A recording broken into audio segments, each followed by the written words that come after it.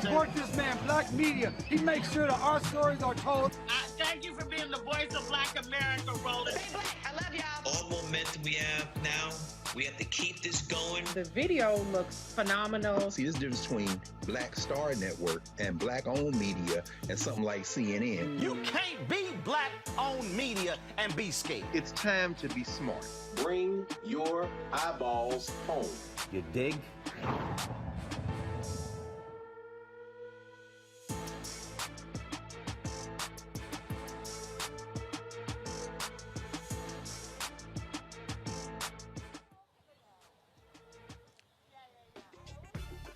Today is Tuesday, March 1st, 2022. Roland Martin Unfiltered on the Black Star Network, coming live from the Town Theater here in New York City for the celebration of the 95th birthday of the great actor and activist Harry Belafonte. We'll be talking to many of the celebrities who will be coming through him to celebrate Mr. B. Also, today the State of the Union is taking place. President Joe Biden is preparing to address the nation. You've got a war in Ukraine between Russia and Ukraine. You've got economic issues here in the United States. And so we've got an all-star group of guests, including Melanie Campbell, the Black Women's Roundtable, Cliff Albright with Black Voters Matter, and so many others talking about their thoughts on what should be addressed tonight for the State of the Union. Folks, it is time to bring the funk. I'm Roland Martin Unfiltered from New York City. Let's go. He's got it. Whatever the miss, he's on it. Whatever it is, he's got the scoop, the fact, the find. And when it breaks, he's right on time and it's rolling. Best believe he's knowing. Putting it down from sports to news to politics. With entertainment just for kicks, he's rolling. It's on go, roll, y'all. It's Roland Martin, rolling with Roland now. He's funk, he's fresh, he's real, the best, you know he's Roland Martin now.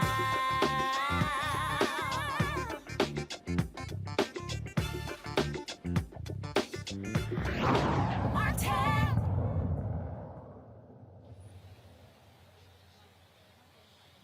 Folks, we are here live at the Town Hall Theater here in New York City, where the celebration will be getting underway in less than 2 hours for the great actor and activist Harry Belafonte. Today is his 95th birthday celebration, and there are a host of actors and activists who are going to be here to celebrate Mr. B. Of course, he is a special individual to many of us, someone who is a continuum from Paul Robeson to Dr. King to Nelson Mandela.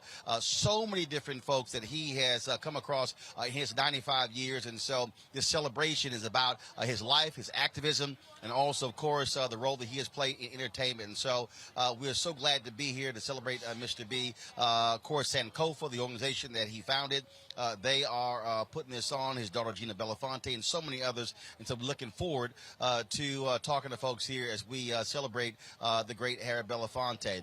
Also, of course, today, the State of the Union, President Joe Biden will be speaking before Congress, talking about the most critical issues facing in this country. Of course, you've got war in Ukraine, between Russia and Ukraine. You also, they're having the war here when it comes to voter suppression, when it comes to the economy as well. And so we'll be previewing that speech. Let's get right to it. I want to bring up right now Melanie Campbell. Of course, she's the president and CEO of the National Coalition on Black Civic Participation. Also, Cliff Albright, a co-founder of Black Voters Matter. He joins us right now. Dr. Amara Inya, policy and research coordinator for the Movement for Black Lives. And also, Jennifer Blimore, of course, the Director of Policy and Advocacy for CTAC. And so glad to have all of you here.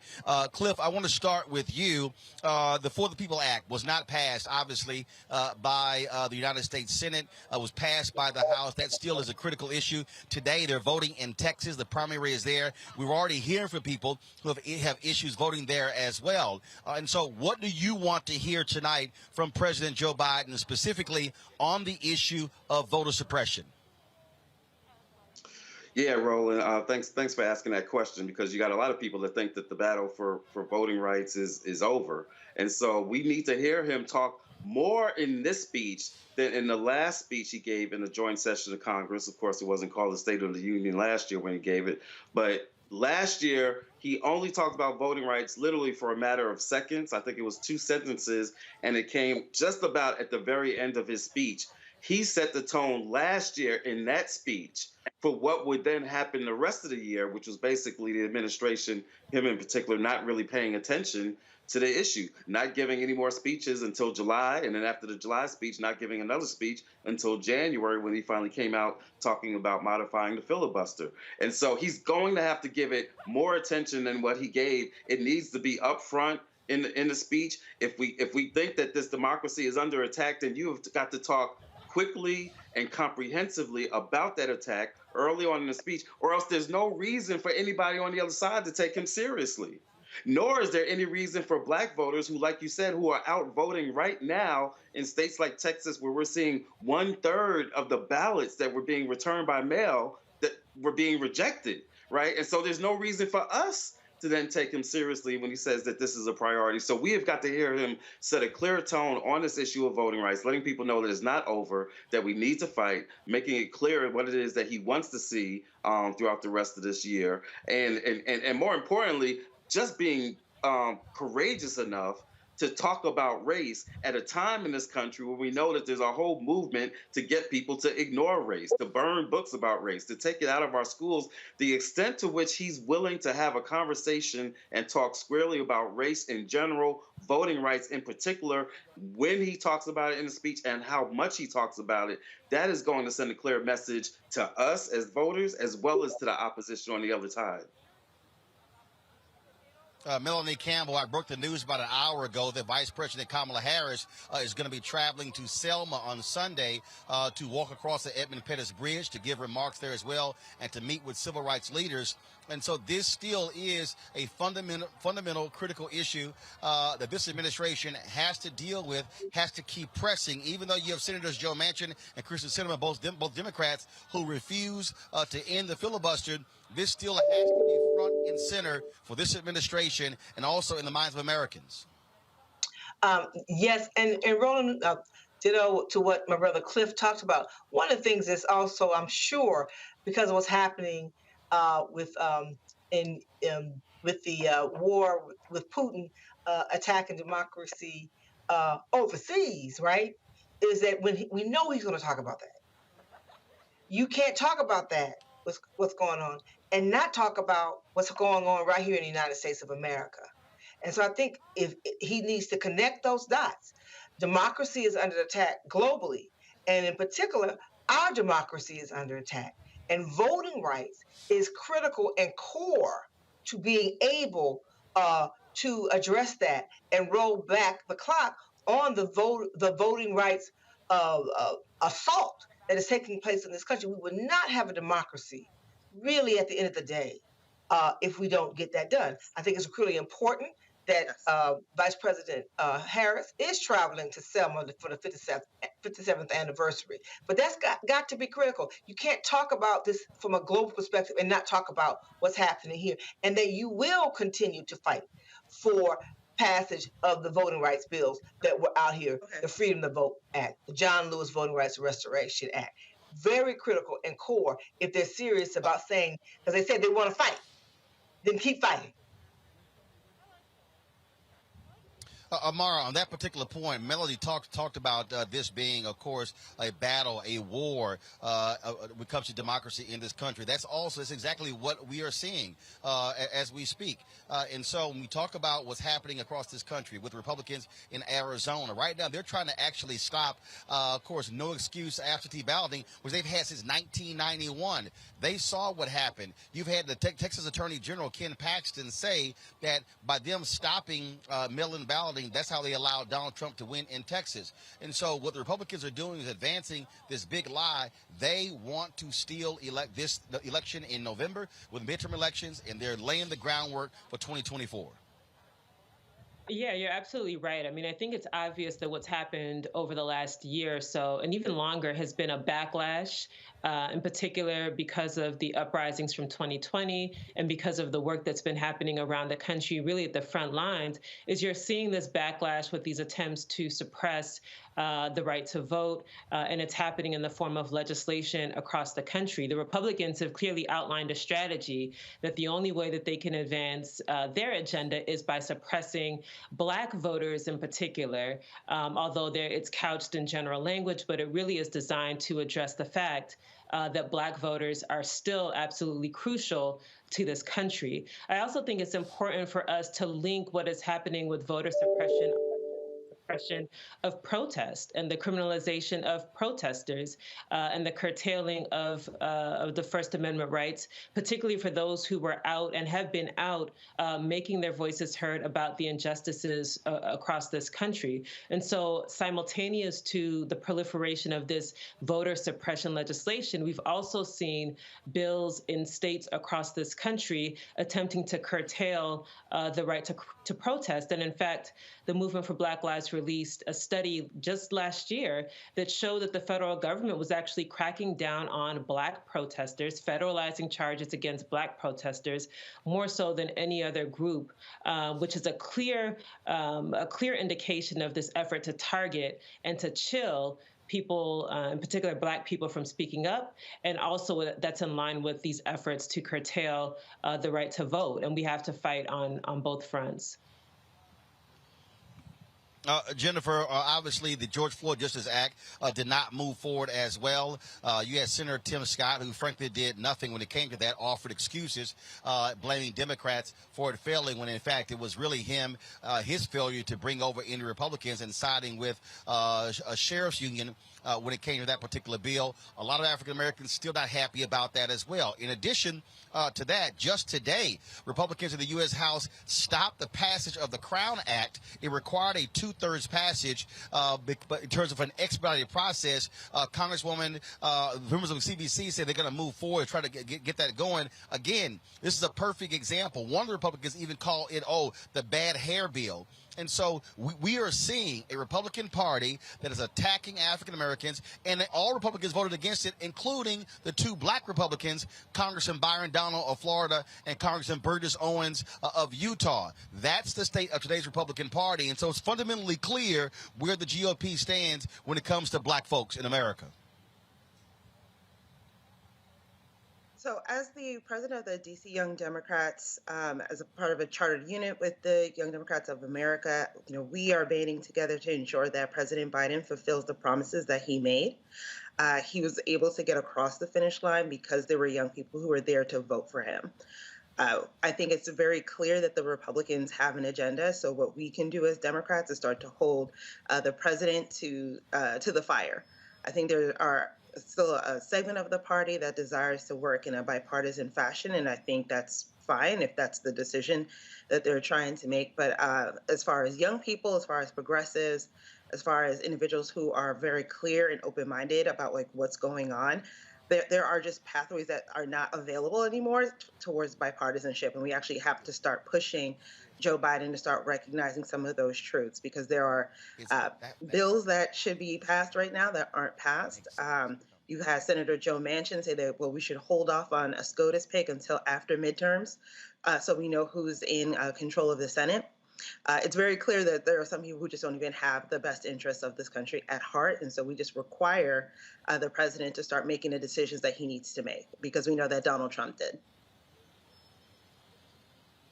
So with all of that, and obviously we'll hear what President Biden has to say, Cliff, even with all of that, at the end of the day, what we have to contend with is this, and that is Republicans, we know what is going to happen if they are in control of the U.S. House and the U.S. Senate come January 2023. And so you have a conundrum. You have African Americans who say we haven't seen bills being passed. We haven't seen the George Floyd Justice Act. Haven't seen the For the People Act. You got people who are saying nothing has been done for African Americans. You've got the administration who has said things have been done when it comes to cutting child poverty, how they impact African Americans, pushing forward the Affordable Care Act, how they impact African Americans. And so what is going to really be the battle? You're out there on the ground. You're out there in the streets. You're out there in rural America. What is the battle that we're going to see take place over the next 9 months in this country when it comes to getting African Americans to go back to the polls to defeat what we see is a clear and undeniable racist agenda of the Republican Party? You got two of their members who literally spoke at a white nationalist conference over the weekend. They're unapologetic. Yeah, you're absolutely right, Roland. I think it's going to take a couple of things. First, I think we're going to have some discussions around the nature of this recovery, right? Just the nature of Black life overall, economics, education, and health, and so on and so forth.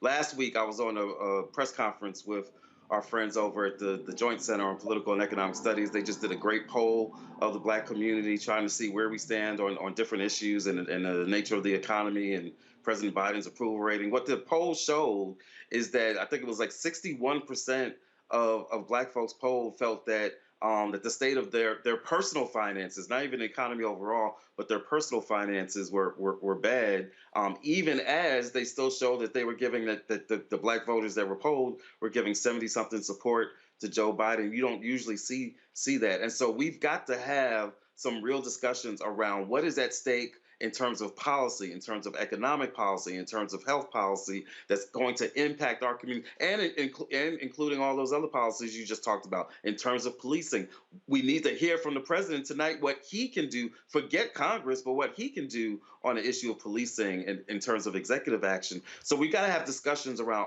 all these issues. From our perspective in regards to voting, we're going to be, we're talking to other partners right now about having something like a voting rights contract, right? Listing out the different voting provisions, the For the People Act, like you said, because as far as I'm concerned, the freedom to vote, which was Joe Manchin's compromise, he came up with the provisions in the freedom to vote, and then he betrayed it. So in my mind, in our minds, we need to go back to the For the People Act, because that's what the ask was for. But the For the People Act, the John Lewis Voting Rights Act, D.C. statehood, modifying the filibuster, we need a contract, a pledge from all these current candidates for Congress, in particular the Senate. Otherwise, when we tell black voters that, you know, we need to turn out because we need to get voting rights, and when they ask us, well, how do we know that it's going to be different? How do we know that they're not going to go there and just do what Joe Manchin and Sinema did, right? We've got to have a voting rights contract from these candidates, a pledge, so that we have something on which to hold them accountable. These are the kinds of conversations we're going to have, letting people know what's at stake. Because like you said, we've got the Republican Party is no longer a party. Like you said, they're going to Nazi meetings, right? It is the country's biggest hate group. And we've got to make it clear to folk that that is what at stake. But it's not just about the hate. It's about the policies that come from that hate that put our lives at risk. Amar, what about that? Because when you think about the contract with America, the Republicans did a number of years ago when Newt Gingrich was Speaker of the House, that was highly effective, not only for those incumbents, but also for the folks who are running. And so what is the movement for Black Lives going to be doing? You've got U.S. Senate candidates. Obviously, you've got Democrats trying to protect their seats in Georgia, in Nevada, and New Hampshire and others. But then you have the possibility of picking up seats in Ohio, in Pennsylvania, in North Carolina, in Wisconsin, in Florida. And so what about that idea that Cliff just laid out? Is a movement for Black Lives coming up with, let's say, that contract and asking candidates to actually sign it, to actually commit to the agenda that y'all are putting forward? Absolutely. So we've had the organizations in our ecosystem have been at the front lines of this work prior to this new administration. And we made clear that it was really important for this administration to demonstrate, not just in rhetoric, but in actual policies that are passed that affect the material conditions of Black people. That is the way that you get Black folks to buy in and vote. What happened in the election was that everyone saw President Trump, and it was sort of the case to be made, anyone but that guy. And so that was the argument. But what it means now is that there have to be tangible policies that are impacting people's day-to-day lives. And we've been sharing this message and organizing around it in our communities throughout this country. But the very real things that people are going through have to be front and center. There was a lot of rhetoric around the economy improving toward the end of last year in Q4. Yet we know that even though unemployment decreased for other ethnic groups, we know that for Black folks, it went from 6.5% to 7%, right? So it's increasing. We know that the child care tax credit is actually slated to be rolled back to amounts prior to ARPA. So we've actually been in communities engaging folks to get what are those top priorities. There are some things that this administration can do that will affect the material conditions of people's lives. We haven't touched on student loan debt and canceling that debt. We know that for Black graduates, they are holding about $53,000 in student loan debt compared to $28,000 for white people and white families who often have the benefit of a tax code that favors them. This amounts to real circumstances that people are grappling with in their day-to-day lives. And we haven't even touched on the cost of gas. People are spending upwards of 11%, which is higher than it was in 2020 on gas costs. So the circumstances in Ukraine and in Russia will undoubtedly have an impact on what Black folks are currently dealing with as they budget from week to week, from month to month. So to get the buy-in, there has to be tangible change in the material conditions conditions in the lives of Black people. We have heard this from all of the organizations in the Movement for Black Lives Network, and we have tried to convey this to the administration, to our elected representatives, so that they can get out in front of these issues and have more to offer than rhetoric come midterms. So, Jennifer, here's the issue, and that is, obviously, you can pass things in the House. Democrats have done that, but the stumbling block is the Senate. It's 50-50. So at the end of the day, you've got to get beyond that hurdle. And so if Sinema and Manchin don't move forward with it, nothing gets done. And so, and I have people say, well, what do we do? And I say, well, what we have to actually do is recognize what's going on in terms of those critical states where you can pick up anywhere from 3 to 5 U.S. Senate seats. Look who pops over my right shoulder, Danny Glover. I'm gonna get to him in 1 second. So Jennifer and Melanie, y'all want y'all to finish y'all point. Get rid of y'all. He just pops in. So Jennifer, go ahead. So you're 100% correct, right? And so one tool is to abolish the filibuster, because we know if we do that, then DC can become a state, and that will really change the dynamics of Congress. We know that's not currently going to happen. So what's the other thing that we can do? Well, we know that there are people who are in the Arizona and the West Virginia legislature who could defeat both Sinema and Joe Manchin. And we have to just start to believe that as a party. We can't just sort of sit down on these people and think that Joe Manchin is going to continue to be the manna from heaven that he's decided that he is.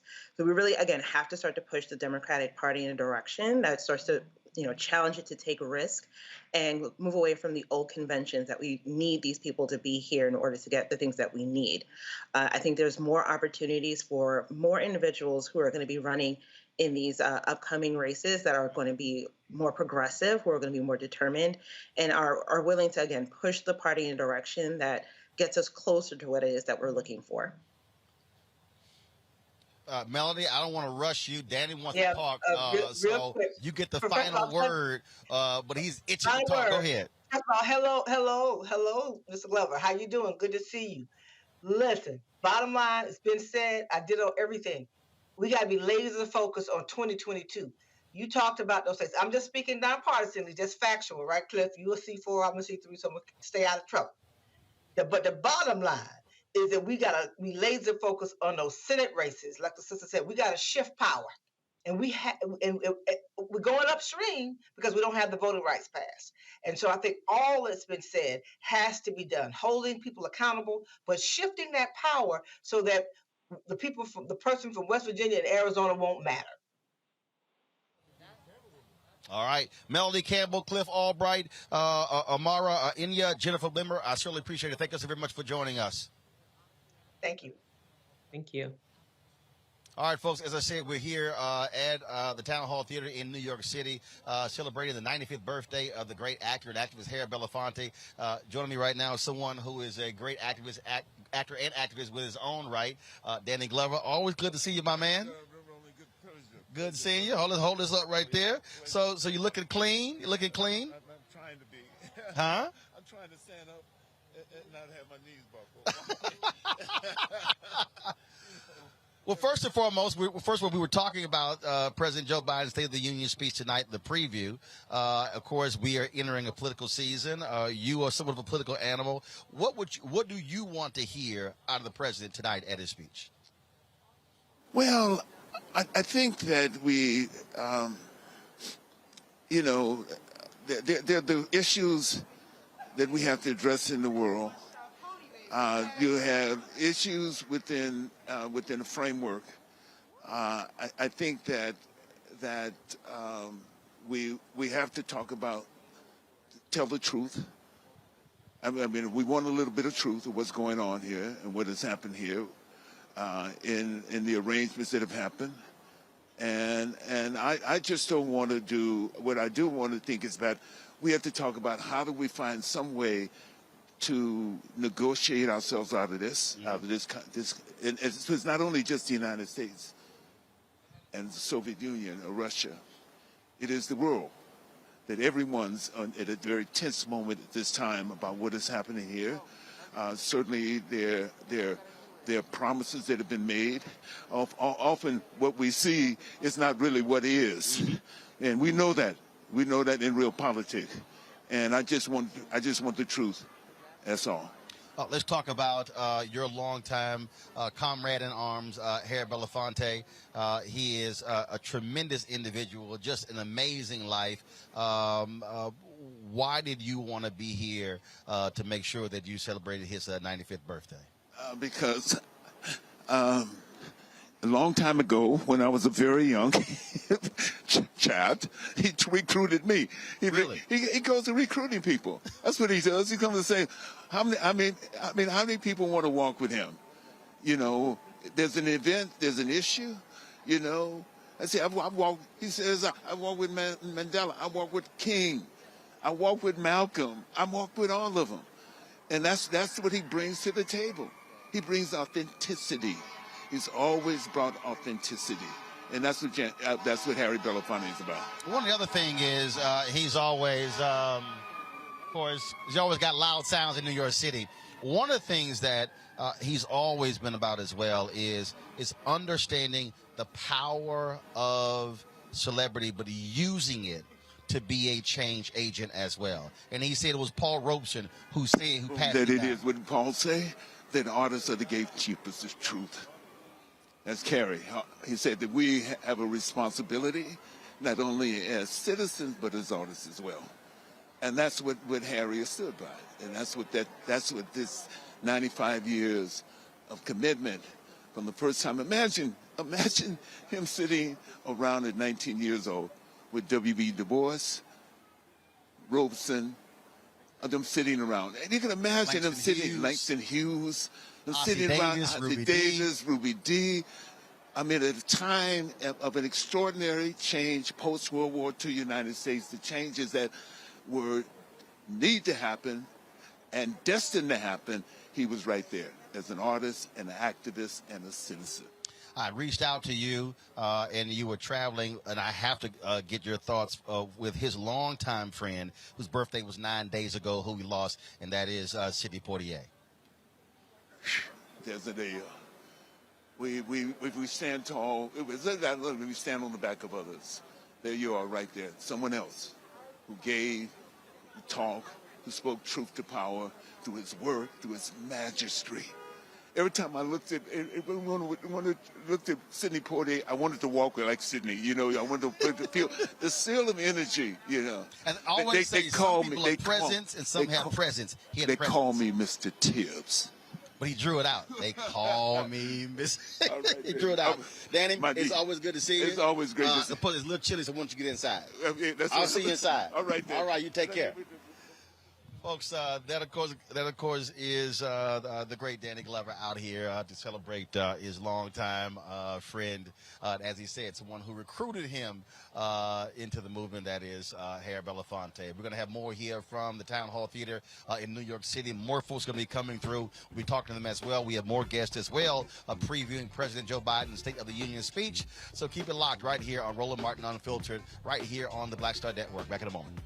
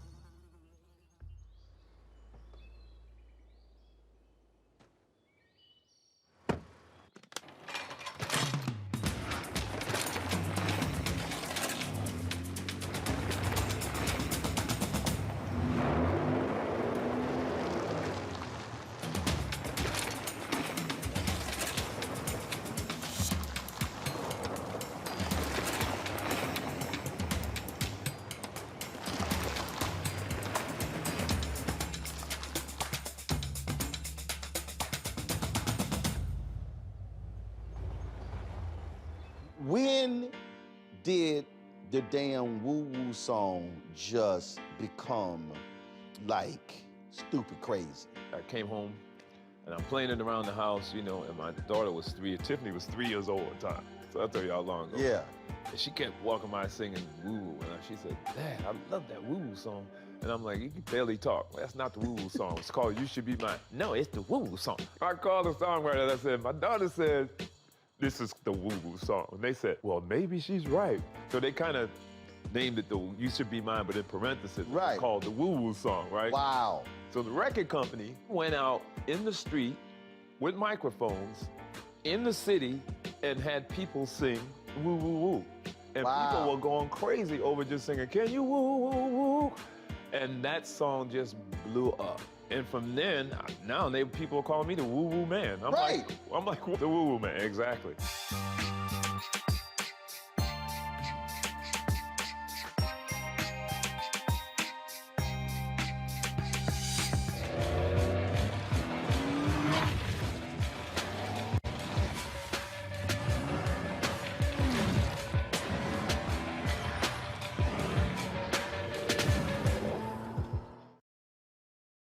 Hi, I'm Vivian Green. Hey everybody, this is your man Fred Hammond, and you're watching Roland Martin, my man, Unfiltered. Go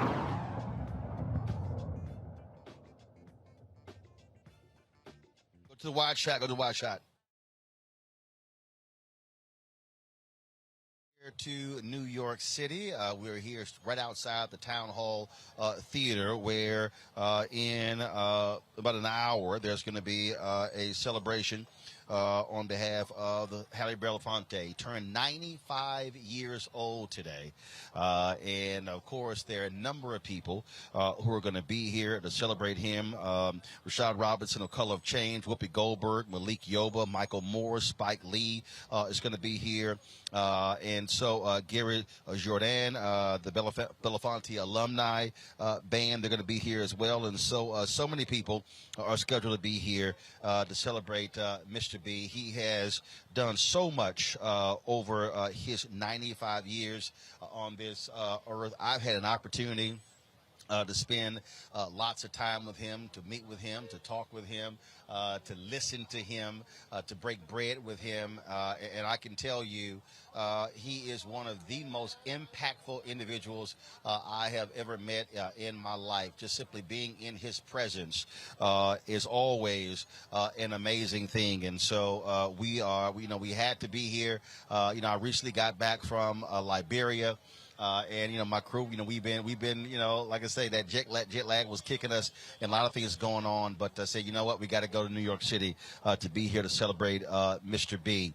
Like I said, I've had a chance to talk with him and sit down with him many times. 2 extended interviews with him to the control room. Let me know if y'all have it queued up.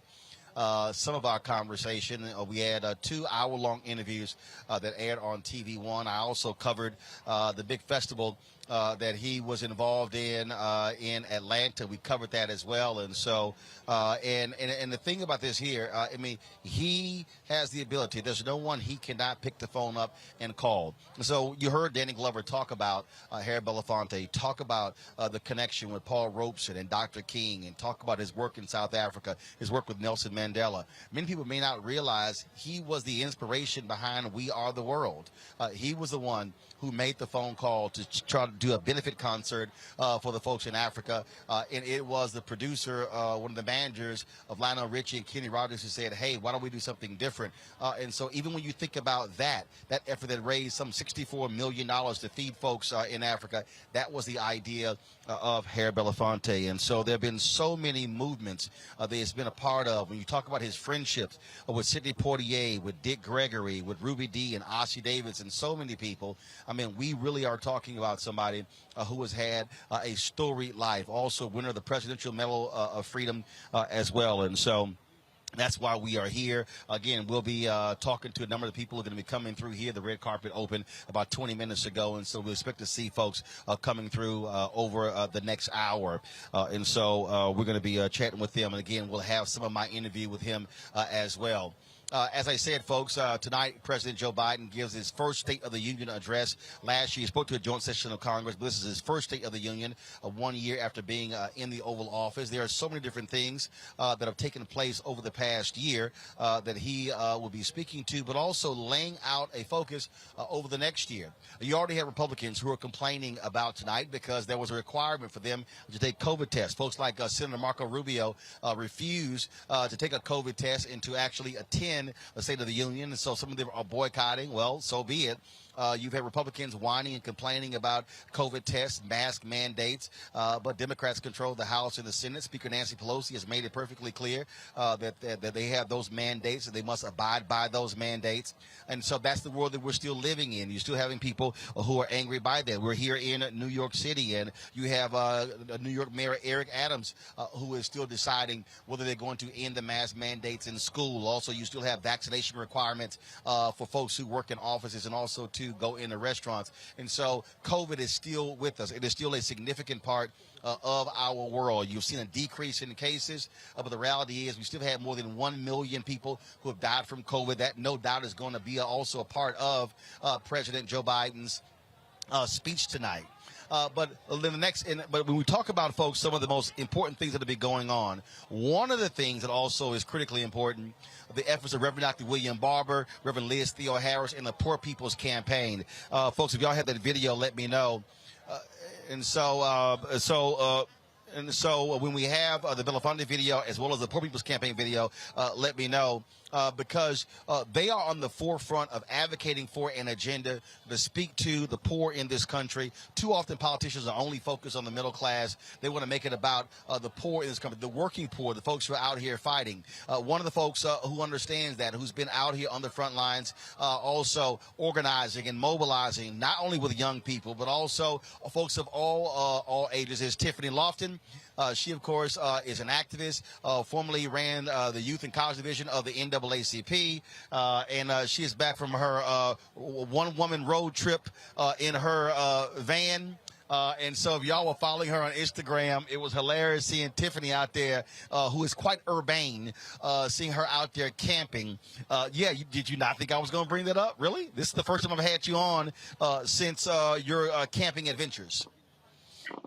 That was so much fun. Roland, you know that I ride horses, I skydive, and I will drive a camper van from Los Angeles to Portland, Oregon to see our girl, Jamira Burley, who just moved to Oregon. So that's why I was taking the road trip. And I just appreciate my uncle who was able to make sure that I was safe and that he knew exactly where I was in the entire trip, because I did do it by myself, and that was pretty dangerous. But I had a great time. I'm glad to hear that. Let's talk about tonight. What do you want to hear from President Joe Biden in his first State of the Union speech? There's a few things I want to hear. One, I do not want him to pontificate about the successes he has had to meet folks in the middle. We have called for canceling all student loan debt. Joe Biden tonight is going to say, I've canceled student loan debt. But he has not canceled student loan debt for everyone. We are asking for him to cancel all student loan debt, to get rid of at least $50,000 per person. And he's going to say he's been able to meet people in the middle by canceling some student loan debt and not canceling everyone's student loan debt. Families who have lost and have family members stolen by police officers have met with President Joe Biden multiple times, even on the campaign trail before he got his job. And he told them, he looked them in the face and he said, we want to make sure that your families receive justice. We're going to take care of your folks. We want to make sure that there's no more violence in the communities. And we have seen zero action, zero response, zero executive orders to protect the families, the people who are most vulnerable to the least violence in this nation and in this country. And I want to also hear him talk about things like jobs. I'm driving around the city right now. Gas is $7 a gallon in Los Angeles. We want to hear the solutions to COVID. We've just let it wash away. I want him to not lie to the people for the sake of elections and tell us what he thinks he's been successful at, to focus only on, hey, y'all, look at me. I've appointed a black woman to be the Supreme Court justice. Hey, look, y'all, we're at a war. I'm about to help us. I want him to meet the demands of what people have been calling and demanding him to do since his campaign trail to his presidency. But the issue that he obviously has to also deal with is that he can make as many promises as he wants to. But he still has to deal with that's Reverend Dr. William Barber calling me. So to the control room, if y'all could call Reverend William Barber, let him know. I think he's calling in to come on. So if y'all could call him and let him know that I'm talking to Tiffany, and then I can talk to him on the air. And so the thing here, Tiffany, is that he can make promises all he wants to, but the reality is bills are passed by Congress. And so that is sort of where we are now. You got the House, sure, bills have been passed in the House, but they're being blocked in the Senate because it's 50-50. And so that is a conundrum. And again, the unwillingness of Sinema and Manchin to get rid of the filibuster, that is what is preventing so many things that we want from actually getting through. The dichotomy that I'm finding, Roland, with the people that I work with and the communities that I'm helping to organize is that they do not understand. And yes, there are procedural politics to our government. That is without a doubt. Anybody that's smart that can look these things up will not say that Joe Biden is responsible for everything that happens in this nation. And that actually shouldn't be the case. But what we do know is that Donald Trump took a lot of executive orders and a lot of executive actions to meet the promises that he made his voters when he got elected. And what voters are saying now is, we just want you to do what you promised us you were going to do. Yes, the John Lewis bill did not pass. Will give us voting rights. Yes, women's rights and reproductive choice is on a statewide level, but at least give us a basic protection so we can have our own agency and decide what we want to do with our own bodies. Yes, we are waiting for Congress to cancel student loan debt and make it more affordable. But Joe Biden can sign an executive order right now to cancel off student loan debt before his State of the Union address and make us all really happy. Yes, he can pardon people and end the war on drugs.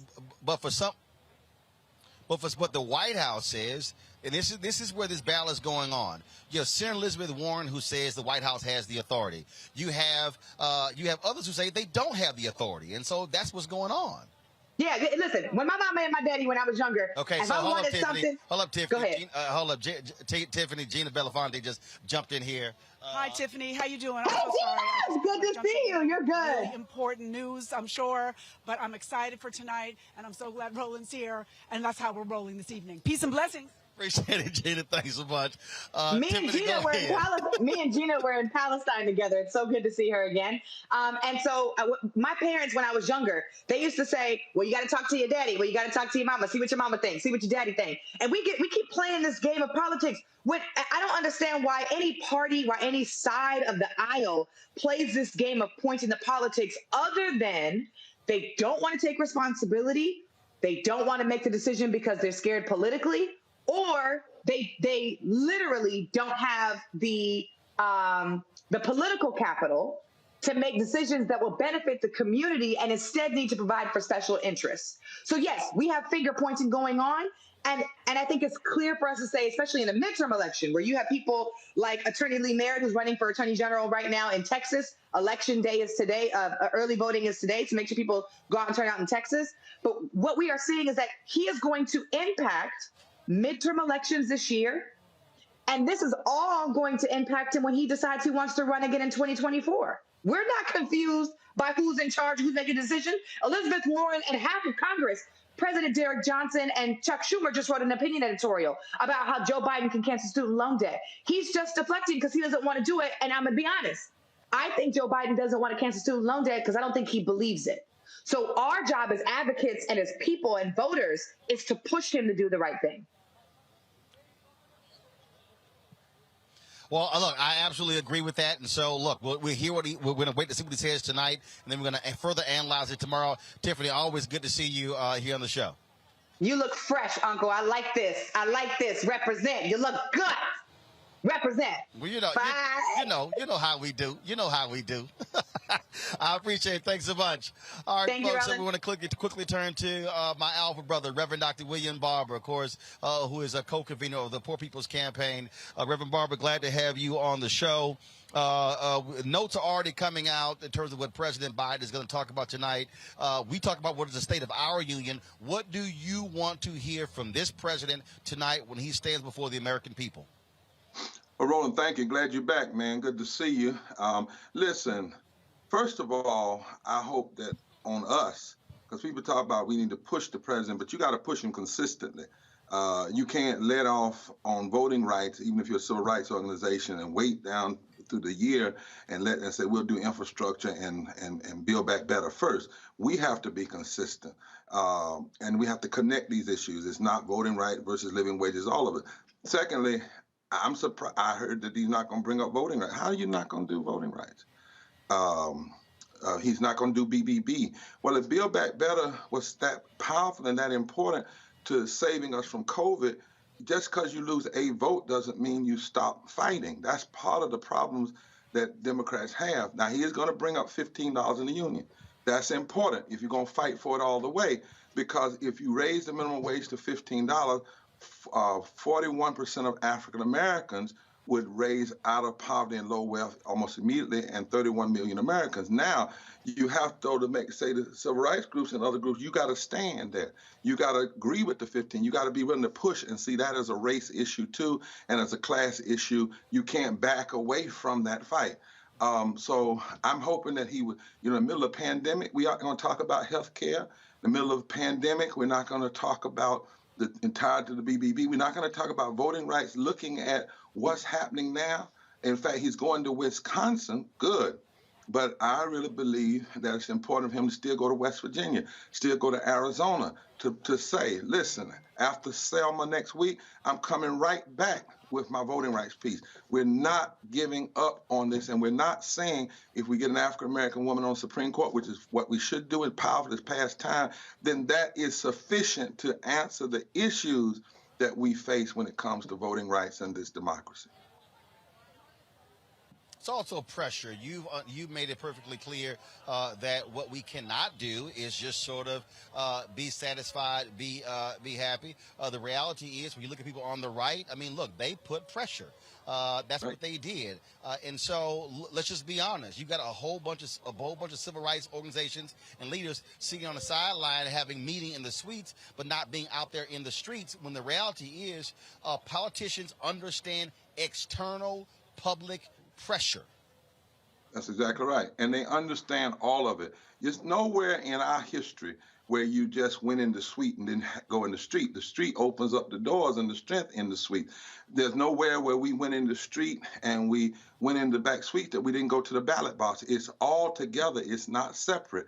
And to suggest that some talk about, well, that's performance activism, there's nothing performance about what Fannie Lou Hamer did and Rosa Parks did and Martin King, or what young people are doing today, or what others have been willing to do that put their bodies on the line. The fact of the matter is, if folk hadn't sat back and would have joined, it would have created more of a moral tension in the country to push these issues forward. We have to make sure folk are clear that these issues and addressing them are unavoidable. You're going to have to do it. That's why, as you and I are working toward June 18, 2022 for a mass poor people's low-wage workers assembly and moral march on Washington and to the polls. We are not giving up on these issues. We're not going backwards on these issues, and we're not going to let off on the political pressure, the moral pressure, and the voting pressure. Frederick Douglass said it, and it's still true. Power concedes nothing. It never has, it never will, without a demand. And we have to have a demand in all forms, not just in some forms.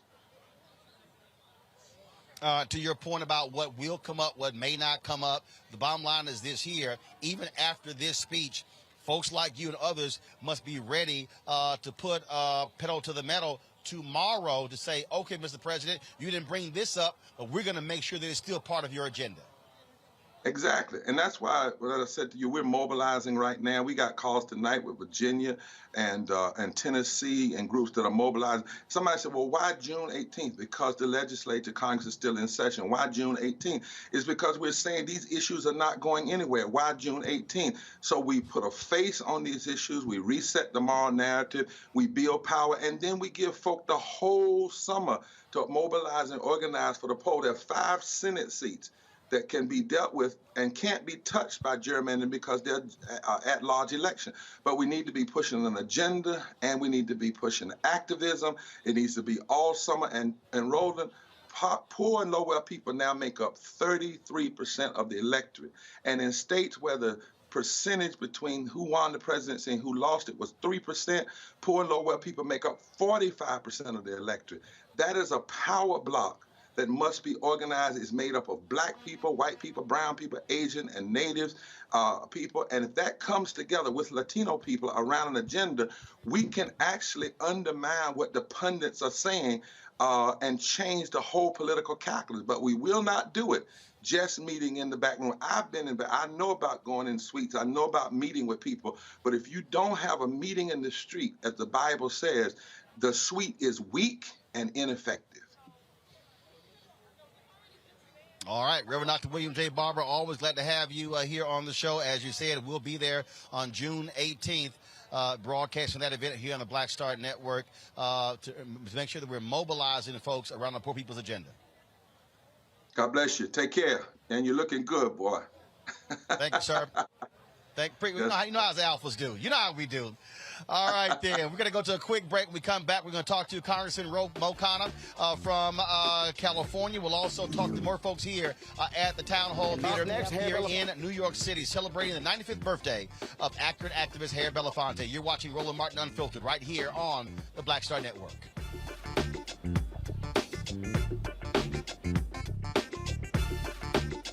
Right here on TV1. One of the things that we don't have a problem with finding young voices and courageous young people to step in and give a phrase.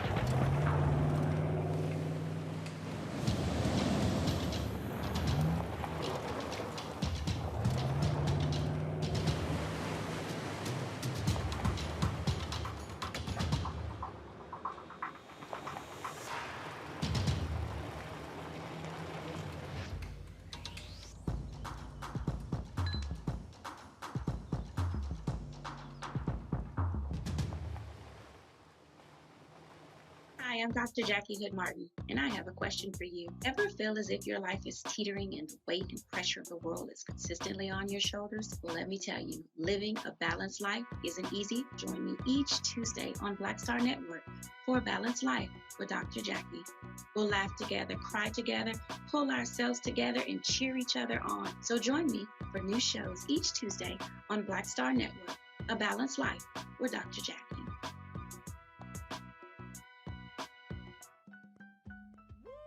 We're all impacted by the culture, whether we know it or not. From politics to music and entertainment, it's a huge part of our lives, and we're going to talk about it every day right here on The Culture with me, Faraji Muhammad, only on the Black Star Network.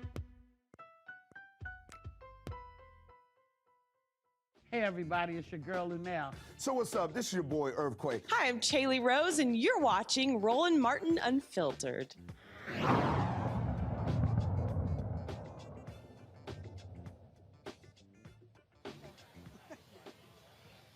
All right, folks, we're here at the Town Hall Theater right here in New York City for the 95th birthday celebration of the great Harry Belafonte. Joining me now, you know, she popped in a little bit early. They should have walked the red carpet, is one of his daughters, Gina Belafonte. What's happening? What's up? What's up? Peace, y'all. So this is, of course, you got a lot of people who are coming out on this cold night. And just how important was it for you, Sankofa, to do this, to celebrate and to see folks want to celebrate your dad? Well, I'm overwhelmed by the support. It's been an amazing, amazing feeling to not only witness, but to be a part of this evening in celebration of his life and legacy. And also, not only is it his 95th birthday, but it's the 10th anniversary of Sankofa.org. And you were there from the beginning of that, too. And it has grown. I'm excited for people really understanding what it is that we do and championing us to continue to do the work. Well, folks don't realize is your dad does not know what retirement means. I talked to Susan Taylor a lot, and she said that he's always calling Kefra Burns, her husband, over. He always has notes. He always has things that he's working on. He's got book projects, documentary projects, and so 95 has not slowed him down. Not at all. You know, I had to run a show with him, and I told him who was coming, and I told him what I was saying. I left a few surprises for him because he will be watching this tonight, and I wanted to just let's have my daughter come over. This is Hello. Granddaughter Maria, and she's here celebrating. She also works with us at sankofa.org. She runs our social media. She helps me get all the T's and the I's dotted and crossed. And she also is a budding and wonderful director in her own right, an actress. And I'm just really excited that we were able to have generations in the hall tonight. So he would not let y'all do this on your own? What do you mean? We did it on our own. Yeah, but you still had to run all that stuff by him. Well, you know, I'm grateful for that. I mean, what better mentor to have? I mean, he is got so much style. He's got so much grace. He's an amazing storyteller. And he's the best mentor to have, especially for a night like tonight. Absolutely. Well, look, you know how I feel about him. That's why I got his piece hanging in the studio. Always showing him mad respect. And he, of course, I don't even have that big ass kind of painting of my father in my house. It is huge. It's 36 by 48. Well, first of all, when they had the New York Justice League, when they had the fundraiser that I MC at the Apollo Theater, I should have bought it that night. I would have got it cheaper. But I had the commission from the same. Good cause. It was. But from the same artist as well. The last point for you, for the folks who are not going to be here, who are some of the people who are going to be out here celebrating your day? Oh, my goodness. Dougie Fresh, Mr. Wave, Danny Glover, Alfre Woodard, Brian Stevenson, Aloe Black, Sweet Honey in the Rock, Lenny Kravitz, John Legend, Alicia Keys. I mean, we got to have a few folks showing up. All right, then. We're looking forward to it. Always glad to see you. Michael Moore, Amy Goodman. You got more. Alfre Woodard. Did I say Alfre Woodard? Danny You did. Yes, you did. Now it's time you get inside because it's a little chilly out here. Yeah, it's a little chilly, but I appreciate it. The platform. Appreciate you. Not a problem. He's the best. He really is such a good guy. Appreciate it. Thanks a bunch. Folks, again, a lot of people here. I see, I'm looking over here. I just saw Lawrence Fishburne. If y'all could grab Lawrence, that'd be great. And then I'm looking, so if you can grab Lawrence for me, that would be absolutely fantastic. How you doing? We got Sweet Honey in the Rock back here as well. I'm going to be sitting here, and I know I got guests who are over here. We got the great Alfre Woodard here as well. Glad to see her. How you doing? I saw you from the street. I didn't know it was you. I said, that brother is down. Y'all need to understand, this is one of my text buddies. She is very much involved in politics. The State of the Union is tonight, so I got to ask you, because you love politics. What do you want to hear tonight from the president?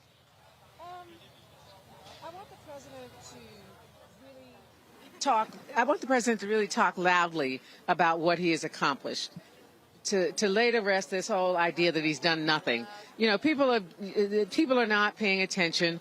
They are listening to the loudest voices that are saying we're all going to hell in a handbasket. Things are underway. He is against all the odds. He is making strides. What I really want to hear is that we will figure out a way to get the things that were in that Build Back Better bill, to get those things to the communities all over the country that need it, to the 85% of the people that said, no matter what party, that said they wanted and needed things that were in there. I want 12 weeks family leave for men and women for when there is a family emergency, whether it's pregnancy or seeing to elders or just somebody not feeling well.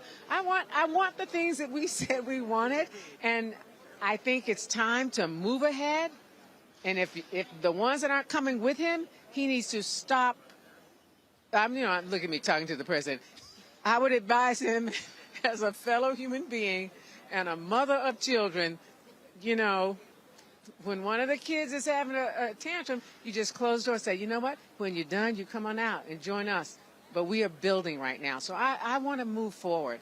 If people don't believe in whatever has become known as bipartisanship, that doesn't matter, because their people in all places around this country need those things. Yep. And everybody else is doing politics, and the people are wanting progress. Ticks. I'm going to talk real soon to Congressman Ro Khanna out of California, but I do want to get your thoughts. Harry Belafonte, 95 years of an amazing life. He's such a gift.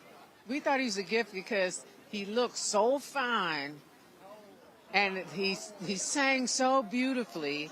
He made us feel light and happy. He made us feel romantic. He's made us feel deep when it touches your heart as an entertainer. But he has changed our lives as a man. He's always shown up for the people, for all people. He's shown us that we have a voice, and that not only every voice, every vote, every step, every hand reaching out to touch another hand that have shared concerns, that's power. So he's given people around the world agency. If that's not something to celebrate, nothing is. I'm happy to see you. I'm just grinning. It's always good to see you as well. All right. Always good to see you. Thank you so much for stopping by. Appreciate it. I love you as well. Okay. Folks, Alfre Woodard, glad to have her here on the show. Let's go to Representative Khanna from California. Glad to have you on the show. Of course, she is a constituent from the state, also often being a delegate at the Democratic National Convention, Alfre Woodard. Congressman, again, glad to have you here. Big speech tonight, the first day of the union for President Joe Biden. What do you want him to tell America and the world when he stands there before the cameras? Roland, he first needs to talk about all of his accomplishments. I mean, the American Rescue Plan that under his leadership we passed has created record number of jobs. Unemployment's at 3.9%. It's put more money in the pockets of working families. We passed a bipartisan infrastructure deal. We're on the heels of passing a major bill, the CHIPS Act, that's going to bring semiconductor manufacturing back into the United States. In fact, Intel in my district is pouring $20 billion into the state of Ohio, revitalizing New Albany. So the president needs to lay that out, and then he needs to talk about what we still need to do. At the top of that list, in my view, are voting rights and climate. He's got to talk about how we get basic voting rights through in this country. It's 2022. We shouldn't be debating this issue. And he needs to talk about how we get something on climate. One of the things that we are dealing with, and that is you still have a block in the United States Senate. Bottom line is he's tried, others have tried. You can't get past the obstinacy, if you will, of Senators Kyrsten Sinema and Joe Manchin. And so one of the things that the president has to do is rally his base because Democrats are trying to maintain the House. They're trying to maintain the Senate as well. Well, the president needs to, I think someone like Senator Sinema needs to be asked about the Civil Rights Act and the Voting Rights Act. Would she have, if she had a choice in the Civil Rights Act and the Voting Rights Act in 1964, would she have not voted for that and abolished the filibuster to do that? I mean, why would we not abolish the filibuster to be able to get people the right to vote? I think the president needs to make that case. He needs to make the case against the filibuster tonight, and he needs to show the American public and our base that he is fighting for this. All right, Congressman Khanna, I certainly appreciate it. Last thing here, you got your whiny Republicans upset about having to take COVID tests. I mean, my goodness, are these people so weak they can't show any leadership? It's a COVID test. Hell, I got to take one to get on the plane to go to Liberia. I know. I mean, I really don't get it. It's basically, here's the thing. It's about not you. It's about your concern for people. There are a lot of people who are immunocompromised. There are a lot of people who still COVID is a big deal if they get it. And those are the people that we are looking out for. And so I think it is totally irresponsible that they are not doing that. And it's really unfortunate. I was overseas with Speaker Pelosi. We got tested every day before meetings. So I appreciate that. I just wanted to say with Harry Belafonte, I mean, one of the things I want to celebrate is his activism against apartheid, his activism against civil rights. And even if you don't agree with every one of his foreign policy stances, he was someone who believed in global justice. So I'm glad you're celebrating him tonight. Representative Khanna, I certainly appreciate it. Thanks a lot. Thank you. All right, folks. My next guest out here, of course, y'all have heard their voices. They're amazing voices, voices of the movement. They still doing their thing. Sweetie Honey and the Rock, glad to see y'all. How's it going? Hey, how are you? How good to see you. Absolutely. Good to be here. Absolutely. So let's talk about out here celebrating Harry Belafonte. Well, this is exciting. 95 years old. My mother's 98. I think it's just such a blessing and a wonder to have our seniors with us. And, you know, and they broke so much ground for us, you know, and that they still be strong and in their mind. God bless them. I'm happy to be here. We're going to sing for him tonight. And, of course, y'all were out there when he was out there as well during the Black Freedom Movement, putting it on the line. Yes. Well, you know, Sweet Honey and the Rock you have a long legacy of singing for social justice, singing for people's, I would say, experiences in this American way of life. And so we are just really happy to be able to keep it going. We're approaching 50 years next year. We will have our 50th anniversary. We're still on the battlefield. So what is your favorite Harry Belafonte moment, memory? Ooh, wow. What you got? Mercy. What you got, Barbara? When we did the event in Georgia.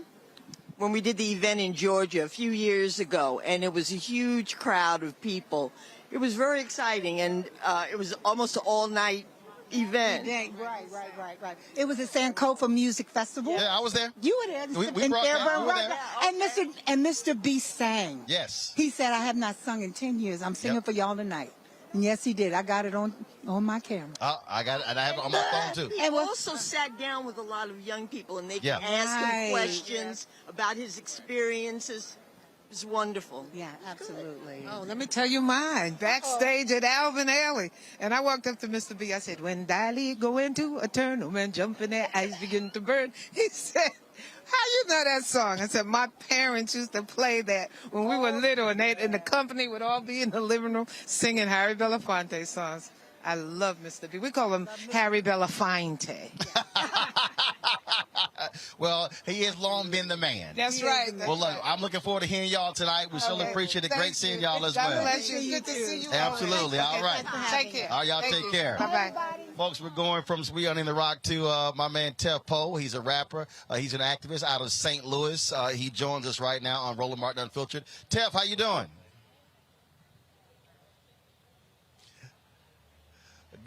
Good to see you. Good to see you. I've disconnected, so I can't hear you. If y'all can plug me up, please. Right there, plug me up. Teff, first and foremost, let's talk about. Well, before we get to State of the Union, I do want to for you the opportunity to share your thoughts about Harry Belafonte. Can you hear me? Yep, I got you. Okay, cool. The question was about Mr. B. Yep. Am I correct? Okay, yep. Harry Belafonte is a pillar, man. As an artist, he's somebody that I've looked to emulate.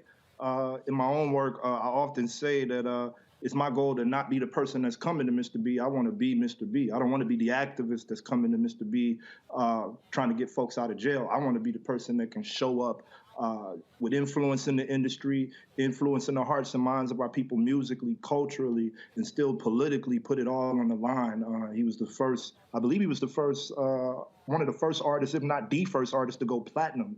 And to be that big, sell that many records and still say, hey, I'm going to show up and influence this game and influence the civil rights movement and leave a lasting mark, that says a lot. Well, in many ways, like him, Teff, you're not focused just on music. You are very much involved in what's happening in the streets there in St. Louis and other parts of the country. It's a huge speech tonight for President Joe Biden in State of the Union address. So what do you want him to tell St. Louis? What do you want him to tell the communities that you spend a lot of your time in? You know, finally, we just want some honesty. I think that this generation is done with the soft pandering of both parties. And you know me, so you know there's no chance that I'm here to be a cheerleader for the Democratic Party. But I'm also not here to inflate any fallacies about the Republican Party at the same time. So with that being said, we have to be honest. We're looking for the president to be honest about the United States imperial conquest overseas. We want him to be honest about the reasons that we perceive a lot of his responses to rogue regimes like Russia, who are attacking white countries with pale skin and blue eyes and blonde hair, while his response looks one way to those countries but looks another way to black and brown countries.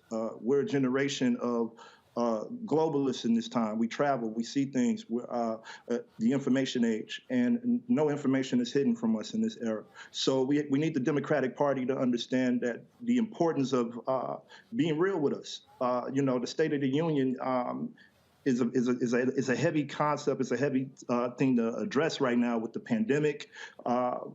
Folks that are poor all over the country trying to figure it out. The Democrats consistently move the needle with the job statistics and the economy. It's just time to be honest about what's really going on before it's too late. And when you talk about the issue with the economy, even though we look at the numbers, the economy is doing well, you still have a sentiment among a lot of people that it's not actually working for them. That's something that he also has to address, and that's one of the reasons why his polling numbers are around 40%. And so he has to say something to instill a level of confidence in citizens that it is going to get better for them. Indeed, Roland. And I think that we're at a special place in history right now because Joe Biden doesn't have to be the opposition of the masses of black folks that do plan on organizing for a better America in these next upcoming years, upcoming days, upcoming weeks. He's in the position where he can really do some things to sound the alarm off and showcase a different side of the coin. What about universal health care? What about, student loans? What about eradicating those? What about actually moving the country into an adequate position in this new millennium? There has to be some rectification for this America's rogue militaristic practices right now, especially as we're on the dawn of a new world war. Black and brown bodies, black and brown young men are going to be the ones that are fighting that war if we do go there. All right, Teff Poe, always good to see you, man. Thank you for joining us, sharing your thoughts on what you want to hear tonight from President Joe Biden in his First State of the Union address. Thank you so much for having me, Ro. All right, thanks a bunch. All right, folks, got to go to a break. We come back more from the Town Hall Theater here in New York City, celebrating the 95th birthday of Harry Belafonte. Also, we'll talk with one of the leaders in the Black Lives Matter movement with regards to tonight's State of the Union address from President Joe Biden. You're watching Roland Martin Unfiltered right here on the Black Star Network. Don't forget to download the app on all platforms: Apple phone, Android phone, Apple TV, Android TV, Roku, Samsung TV, Xbox, and Amazon Fire. And, of course, please support us with your resources. Your dollars make it possible for us to come to events like this and to cover it. And so that, of course, is Cash App, $RM Unfiltered. Venmo is RM Unfiltered. PayPal is R Martin Unfiltered. And, of course, Zelle is Roland at RolandSMartin.com. And it's P.O. Box 57196, Washington, D.C. 20037. We'll be back in a moment.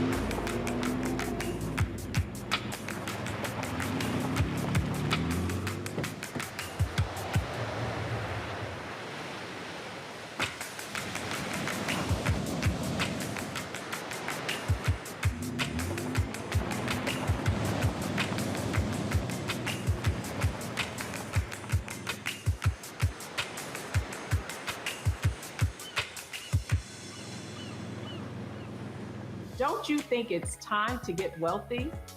I'm Deborah Owens, America's Wealth Coach, and my new show on the Black Star Network focuses on the things your financial advisor or bank isn't telling you. So watch Get Wealthy on the Black Star Network.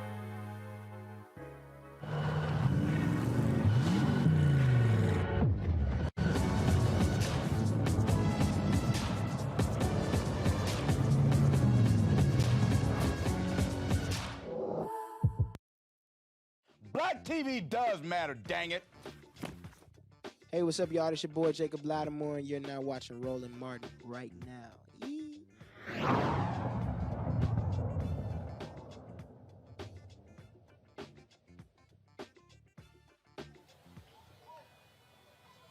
All right, folks, we're here in New York City for the 95th birthday celebration for the great actor and activist Harry Belafonte here at the Town Hall Theater. Folks are already arriving. Lawrence Fishburne has already arrived. Alfre Woodard, Dougie Fresh is going to be performing as well. Malik Yoba was one of the folks who's here as well. Lots more folks are coming through.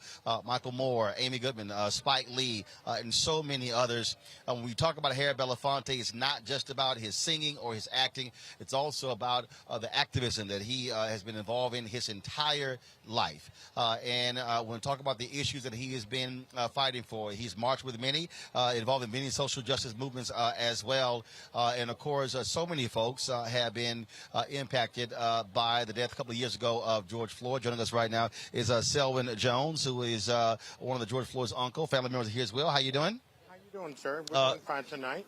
Glad to see you out here, first and foremost. When you think about Harry Belafonte, not just someone who's a singer, but when you talk about police brutality, when you talk about the social issues, he's someone who has always been there, never want to be shy about standing out in front. They started this back in the 50s and 60s, man. You know, and these are the pioneers of advocacy. So these are one of the first people that we as black people looked up and says, hey, man, he's making a difference and a change. Especially back in the day that he started, you know? And so y'all are here as well. Why was it important for you to be here? A soulful heart wanted to just wish Mr. Belafonte a happy 95th birthday. When you get 95, everybody in the world need to come holler at you. You know what I'm saying? That's true. That's true. You know, we come and give a shout out. This is our executive director, Ms. Liz, and she wants to say hello. Mm-hmm. Hello. Microphone. Got microphone. I just put her on the spot. You're not talking to the microphone. I just put her on the spot. Mr. Belafonte, to me, showed class, and because of the class that he's shown, he taught me how proud to be a black person. He chose parts that he played that uplifted us even back in the 60s and 70s. And we didn't have a lot of movies that we could watch that had such a positive impact on us. All right, then. Well, first of all, tell us what Soulful Heart is and what it entails. Hello, everyone. Happy birthday, Harry. Soulful Heart, memorializing George Floyd, is a nonprofit organization that was founded by Stephen Davis, myself, Love McCall, and, of course, Selwyn Jones, the uncle of George Floyd. And our mission is to uplift our youth, bring the communities together, stop the violence, bring peace, and bring infrastructure to the world. All right. Well, we surely appreciate it. Hope y'all enjoyed tonight's program, and glad to see you, and thanks so much. All right. Take care. I appreciate it. Thank you so very much. All right, again, folks, we're here in New York City celebrating the birthday of Harry Belafonte. I see Whoopi Goldberg over there. Of course, my fellow November Scorpio. She's November 13th. I'm November 14th. Hopefully, we can get her over here. And so if they can, again, yes, escort her over, that would be absolutely great. And so she's recording something right now. And if we could just get her real quick.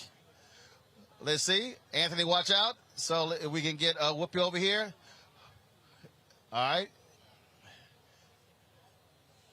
All right, she's taking a picture. I think she's answered a couple of questions. And so just have my guest hold for 1 second, please. I definitely want to make sure we quickly get her, because she's going to be running inside. And so that's why I don't want to go to the guest just yet.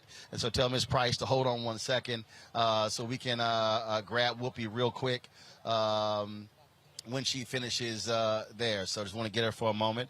Of course, co-host of The View, Oscar winner, Tony winner. I mean, she's won it all. And, of course, is a great comedian as well. And so glad to see her out here celebrating and feting Mr. Belafonte.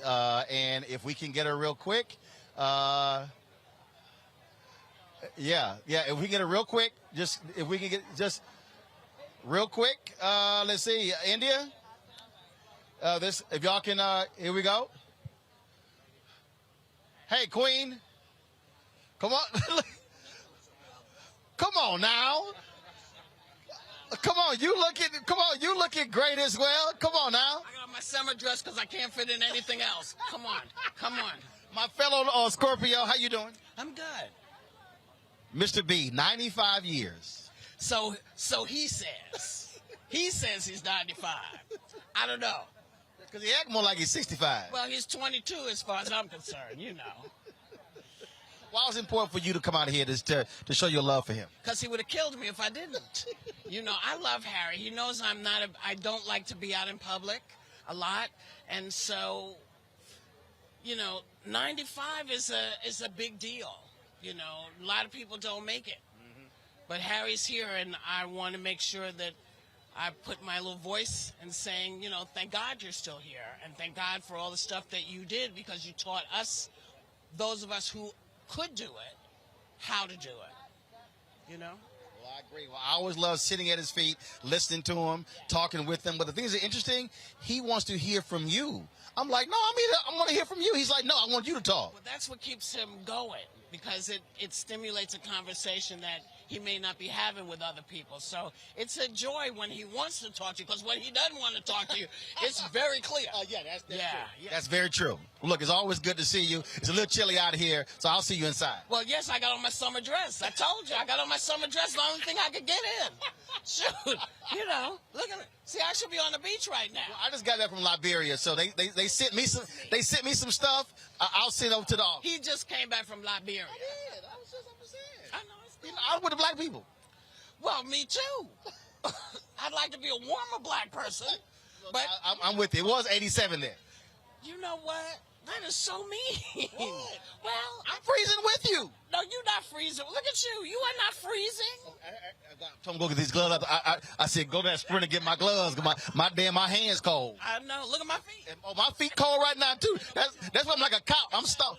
No, I see. You see that? You came out in these slippers. No, never slippers. Okay, I'm sorry. What? Birkenstocks. You know. Black people call them slippers. Do we?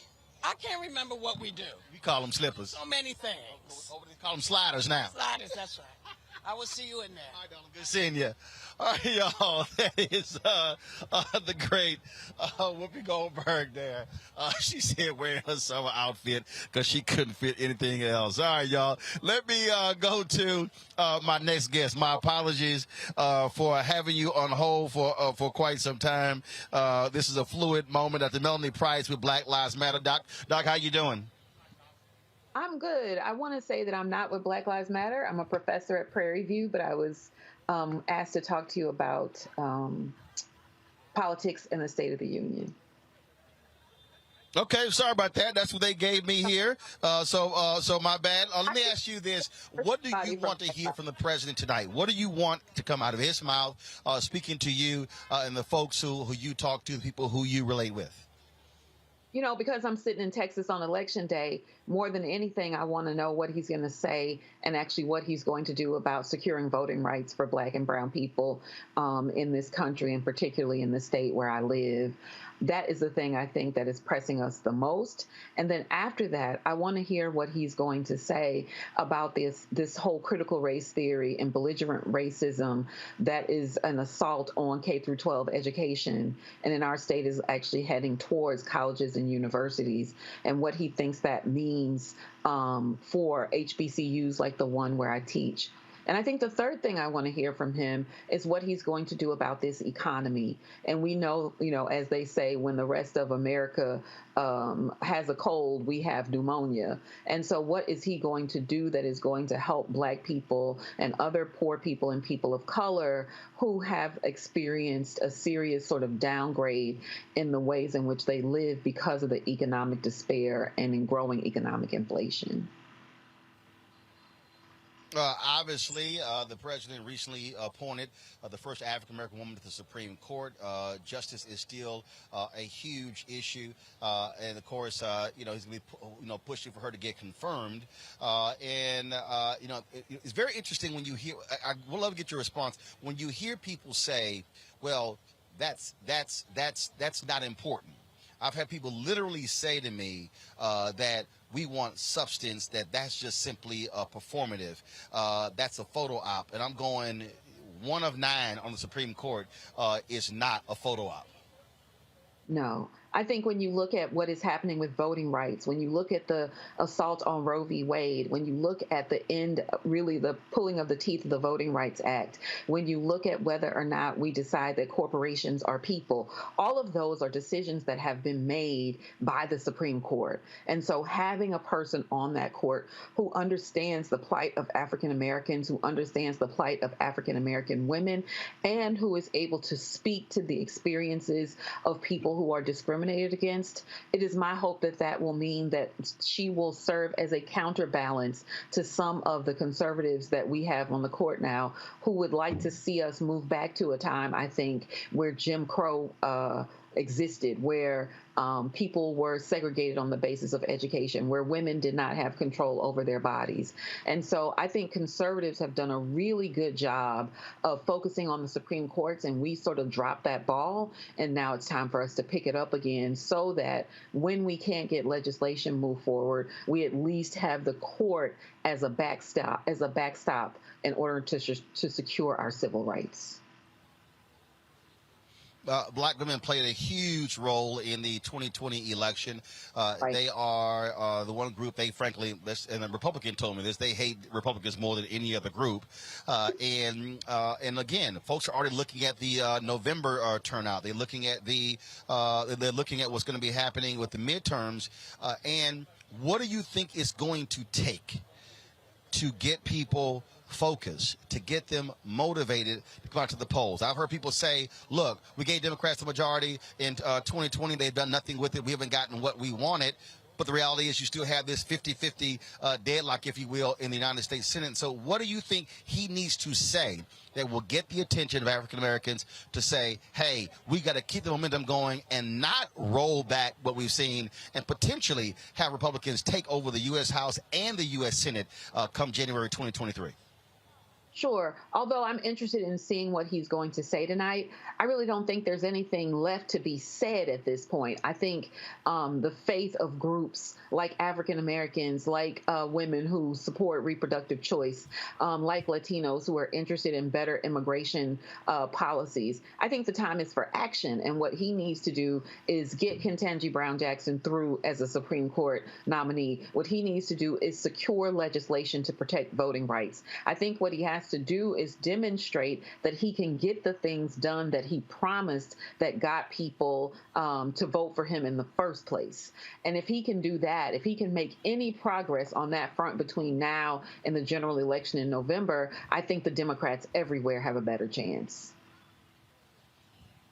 All right, then, Dr.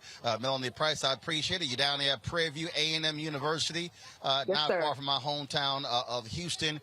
Y'all know about voting issues. Waller County has not been kind to black students there as well. So when you talk about voter suppression, Prairie View A&M University has been ground zero for a lot of battles dealing with white folks there in Texas over using the power of their vote. I marched with 100 students today to the polls, and we are tired of having to fight this battle, but we are not afraid, or we do not recoil from it.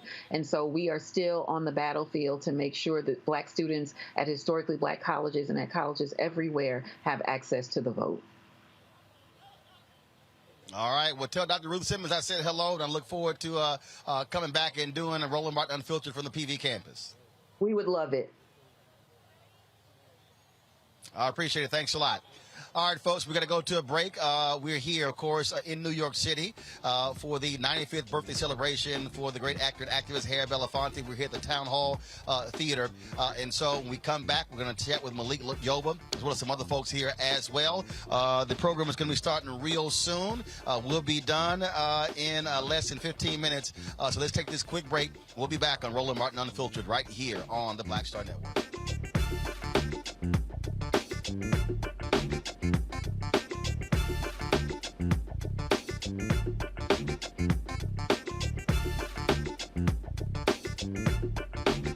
Black Star Network is here. Hold no punches. I'm real revolutionary right now. Support this man, Black media. He makes sure that our stories are told. Thank you for being the voice of Black America, Roland. Stay black. I love y'all. All momentum we have now, we have to keep this going. The video looks phenomenal. See, there's a difference between Black Star Network and Black-owned media and something like CNN. You can't be Black-owned media and be scared. It's time to be smart. Bring your eyeballs home. You dig?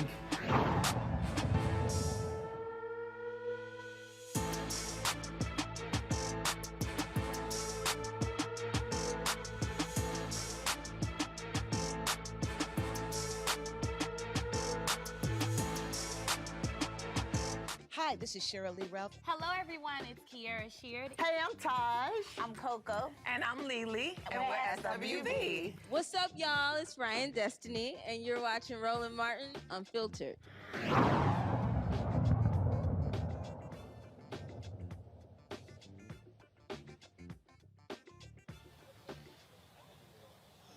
All right, folks, we're here live in New York City celebrating the 95th birthday of Harry Belafonte. Joining us right now is Malik Yoba.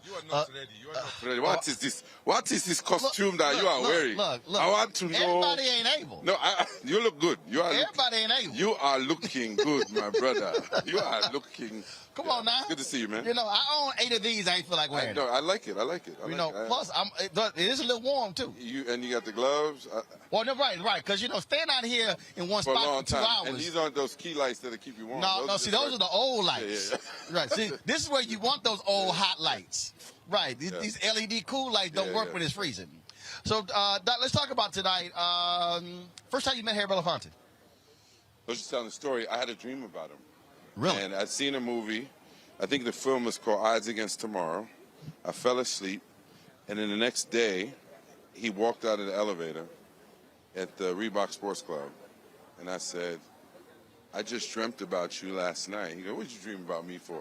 He told me the story about he had his first deal at a studio. Gave me a bunch of his achievements and kind of schooled me there. And then we just stayed connected. And Gina and I have been friends a long time. So we've had the opportunity to have, very special lunches and conversations that mean a lot. A lot of people, again, they focus on the activism, but they forget he was a very prominent actor. Right. He was very much. He was the first artist to sell 1 million records, black artist. Yeah.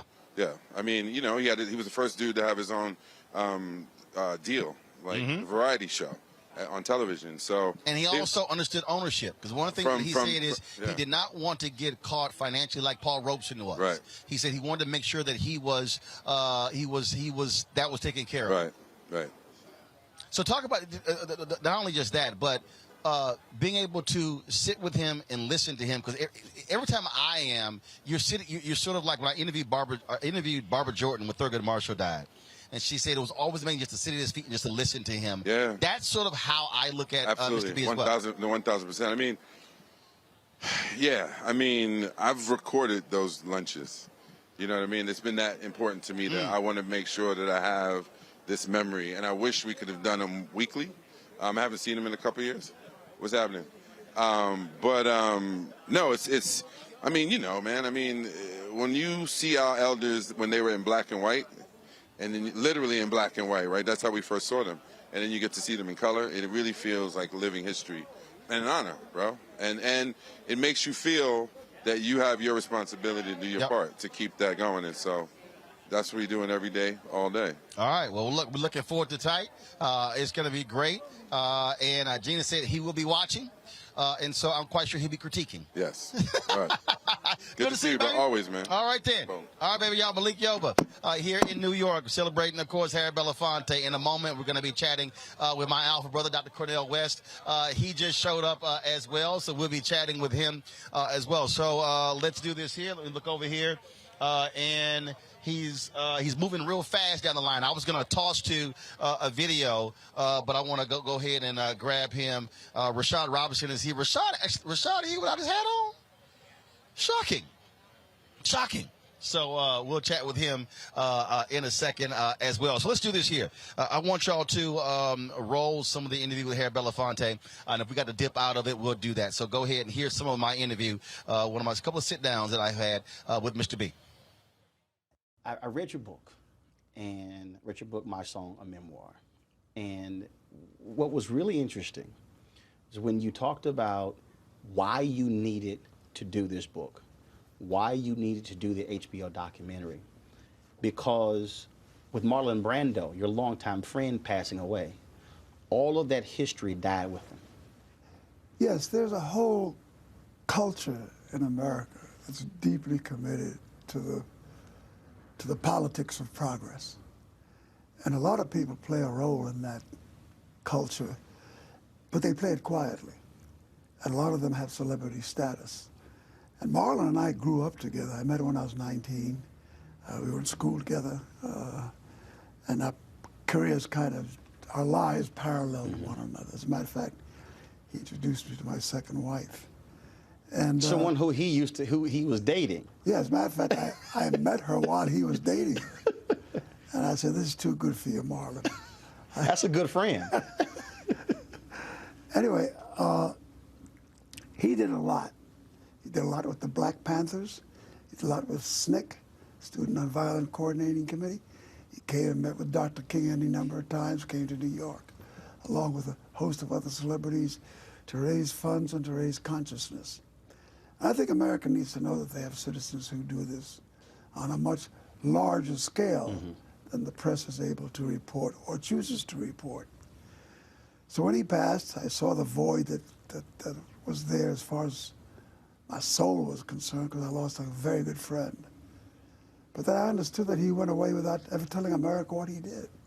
And America needed to know that there are a lot of citizens that make a difference.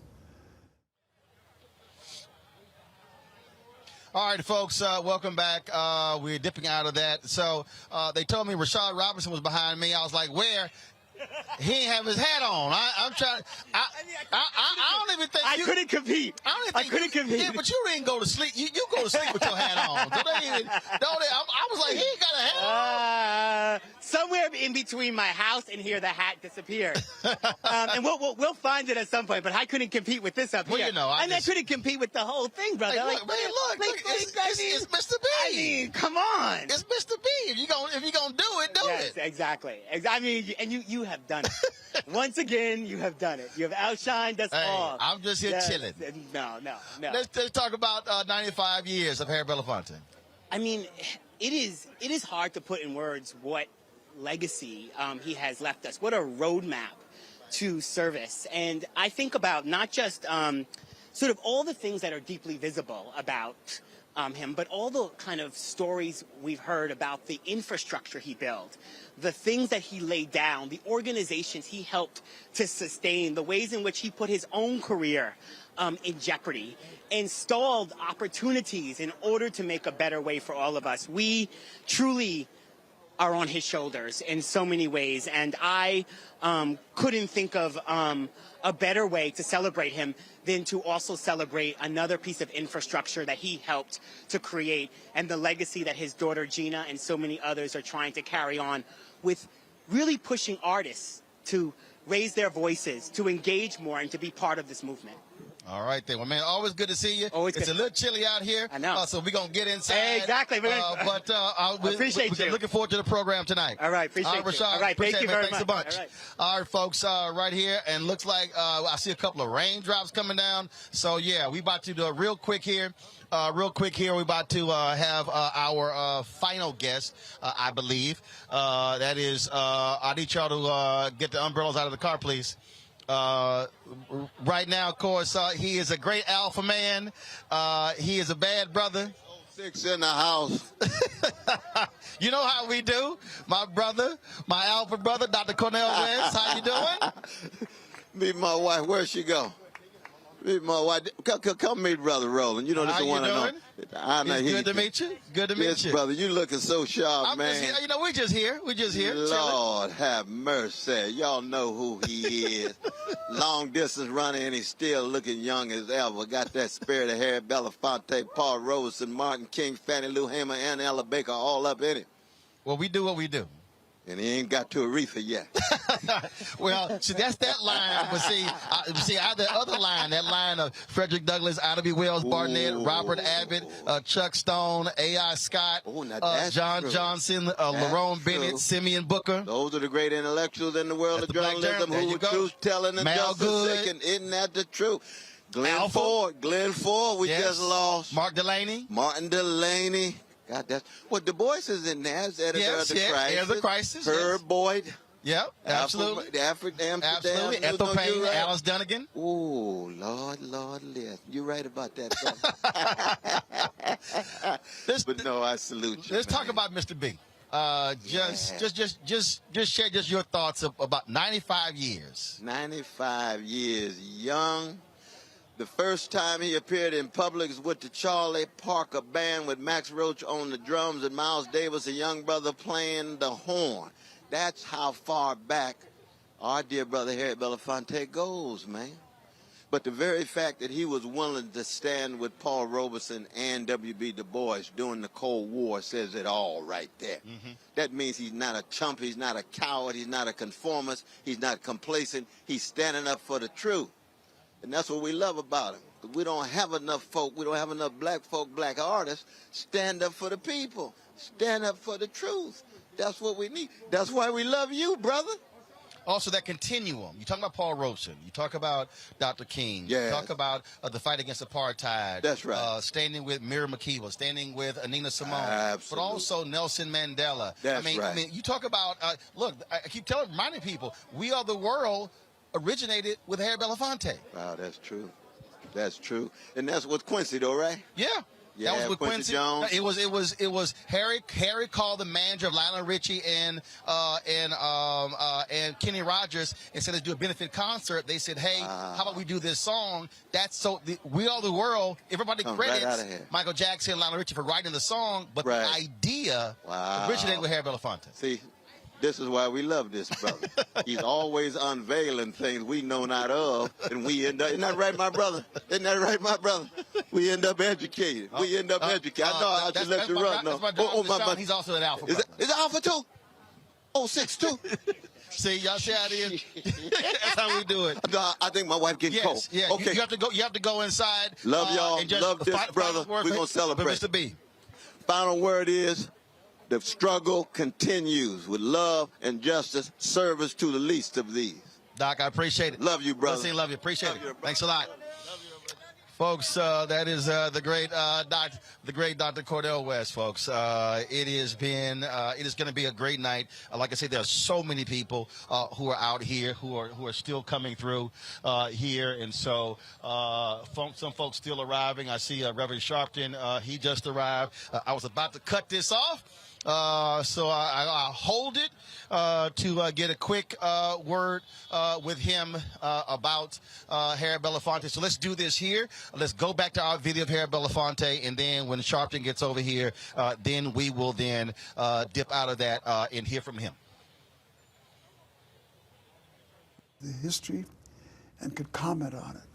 And as I started on that path, I ran into a lot of other people that had parallel histories to Marlon, and I thought they should be in this story that I was attempting to tell. And as a consequence, we came up with Sing Your Song. When I got through making the film, I realized that we had about close to 800 hours of interview footage.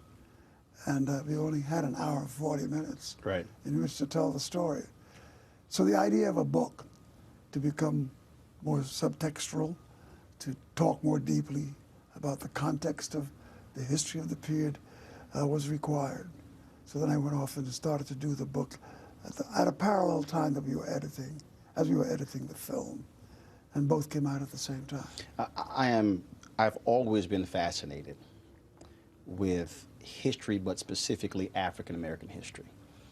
When Gordon Parks died, when I read these obits, and you're sitting here saying, man, he did all of this.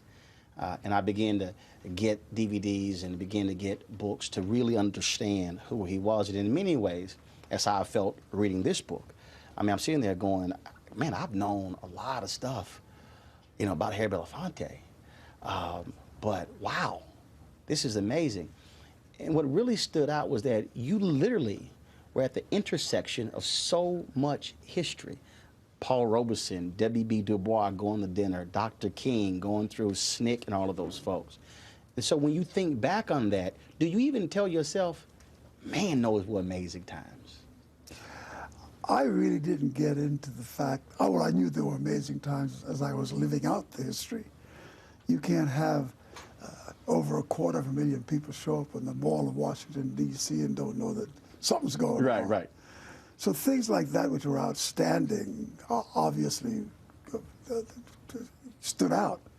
And I was aware of the fact that I was with men like Dr. King and John Kennedy and Nelson Mandela and women like Eleanor Roosevelt and Rosa Parks, who had their hands on the pulse of our time. And that to be in their service meant that I was doing something that had historical value. It is in that spirit that I was able to sustain and maintain a life of social commitment that satisfied the earliest instructions that I got from my mother, which was never go to bed at night knowing that there was something you could do to stop injustice and didn't commit yourself to it. She said, all right, folks, welcome back to the 95th birthday celebration of Harry Belafonte. Joining me right now is someone who is sat at the feet of Mr. B and listen to him, study him, Jurnee Smollett. Just how you doing, man? All good. Talk about tonight, 95 years of this great man. Oh, my goodness. We've been so blessed to have him all this time. What a blessing. This is a king, you know, for this nation, for this world, somebody that really has given his all. I always say that he's found a way to keep his voice as an activist without losing his voice as an artist, and vice versa. And that's not always an easy thing to do, but he's found a way to do it, and he's inspired like generation after generation after generation, you know, to continue in his footsteps. He also challenges artists. Yes, he does. He is not one to be shy. You can't be down with Mr. Belafonte if you're not willing to do something. You know, it's just the way that he is. It's the way the whole family is, you know, and I'm here with Gina and just the entire family, and just really, really genuine, good people who are maybe in Hollywood, but Hollywood's not in them, you know, so just he knows what's important, and he's instilled that in his legacy that will continue to carry on. And I think what's the most important is that his legacy is not just singing, it's not just acting, but really putting it on the line that, frankly, has been deemed by many people to be far more important than the artist piece. It's the activist piece. Sure. I mean, but that's the piece of humanity that's the most important. I mean, sure, it's important what you do, you know, as a career, as your art and everything like that. But he injected that into his art, and he injected, you know, life and humanity of social justice in the world, and just making the world a better place. He never shied away from that at times when many other people did, and he could have, and probably benefited from it a lot more, but he didn't, and that's a very bold man. Indeed, man. Always good to see you. Appreciate it. It's be a little warmer inside, so we'll get in there. So I'll see you inside. I appreciate it. Good seeing you. All right then, folks. Jurnee Smollett sharing his thoughts about Harry Belafonte. I'm protesting. What? You know, I'm just saying. And he didn't bring me one of those African garments back either. He's been showing off all over the gram on all of these royal garments, garments that they gave him because they know he's the voice of Black America. Next time he goes, he should take a poor preacher from Brooklyn with him. Well, glad to see you. They did mess up. They gave me a medium, and so I can't wear that. So I'll be sure to send that to your office. I'll send it to your office. Hold on, gotta get your thoughts. Just 95 years of Harry Belafonte. 95 years of one of the greatest artists and actors, but one of the greatest activists. Who can say that they were instrumental to Martin Luther King and Nelson Mandela and even young activists today. I'll never forget when we started marching in New York, Harry would come out and march with us. And he'd sit in his apartment and tell me stories about Dr. King and about Nelson Mandela and lecture us that if you're not sincere, if you're not going to really be about it, don't do it. This is not about a career. This is about a cause. 50 years, 100 years from now, some young artist comes across this video. They see this celebration. What should they take from what this man has done? They should take that they should live about something bigger than their careers. They should use their artistry to also activate the social environment that they were able to rise up in. And Harry Belafonte did that for us like Paul Robeson did for him. He would always talk about his role model was Paul Robeson. I think young artists 50 years from now should use Harry Belafonte as their role model. I agree. We're looking forward to a great night. Reverend Yes, Chester, I sir. appreciate it. I'm going to look for that medium. Yeah, don't worry about it. I'll send it to you because I can't wear it. I appreciate it. Thanks so much. Yes, it is. Folks, first of all, there are hecklers out here. Come on, step on up in here. There are hecklers out here. We're supposed to be going inside. Well, he act like he ain't worried about it. He coming here, jacket on. He ain't worried about the cold or nothing. Spitting this way, y'all. Former CEO of the NAACP, Ben Jealous, of course, ran for governor, Maryland as well. What's up, man? Good to see you, sir. Likewise. Like this look, man. Well, I'm just chilling. Christopher, hold up. You growing the beard back. Last time I saw you, he walked up to me. I was like, who the hell's this light-skinned dude? You're like, who's this white boy? Who's this white boy walking over me like he know me? No. I got a bunch of, my mom with the same skin tone as you, so that, look, trust me, you walked up, I'm like, yeah, that's a brother. Good to see you, man. Likewise. And you have evolved beyond the ascot, man. This is a whole new look. Well, because see, the problem is, everybody. Here's what happened. People kept expecting the ascot. Yes. And see, I can't have them expecting. And you had some unexpected about ascots. You had some serious ascots. Yeah, and so it was like, yo, dude, we're the ascot. So I had to like retire it. Yeah. So I'm gonna bring it back out. Okay, good. But I had to hit, because now they don't know how I'm gonna come. Yeah. Because it's like, since I lost my digital show, they're like, dude, you wear T-shirts on the show because you never know what. I mean, COVID happened, right? Like I had True. like the Malcolm X goatee since like that was a thing. You know? And then COVID happened. You're like, let me try new beards. You know, so there you go. It did, but they were just anticipating it too much. Yeah, so yeah. now they kind of like, man, we don't know what he gonna come with. So that's how we do it. Let's talk about Mr. Harry Belafonte. Yeah, oh my God. You know, man, 95 years. Your first time meeting him. You know, I can't remember the first time. It was probably when I was an organizer in Harlem, as you know, young. But I'll tell you, the last time I was on stage with him was him and Sidney Poitier. And I was at the Image Awards. And it was me and Paula Patton on one end, and him and Sidney on the other. And for the only time in 5 years of broadcasting the Image Awards, I missed my line.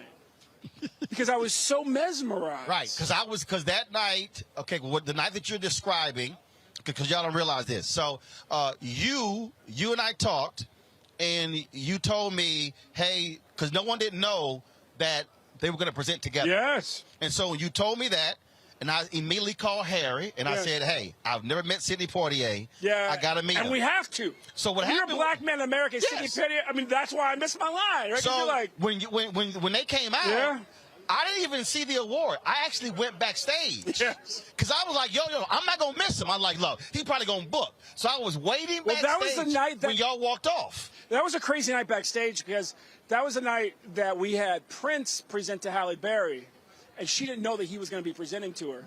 And I'm backstage, and I'm like, I heard Prince might be here. And she's like, I'm his biggest fan. And I'm like, every sister says that. And she looked like she was going to cut me. I was like, you know what? You're Halle Berry.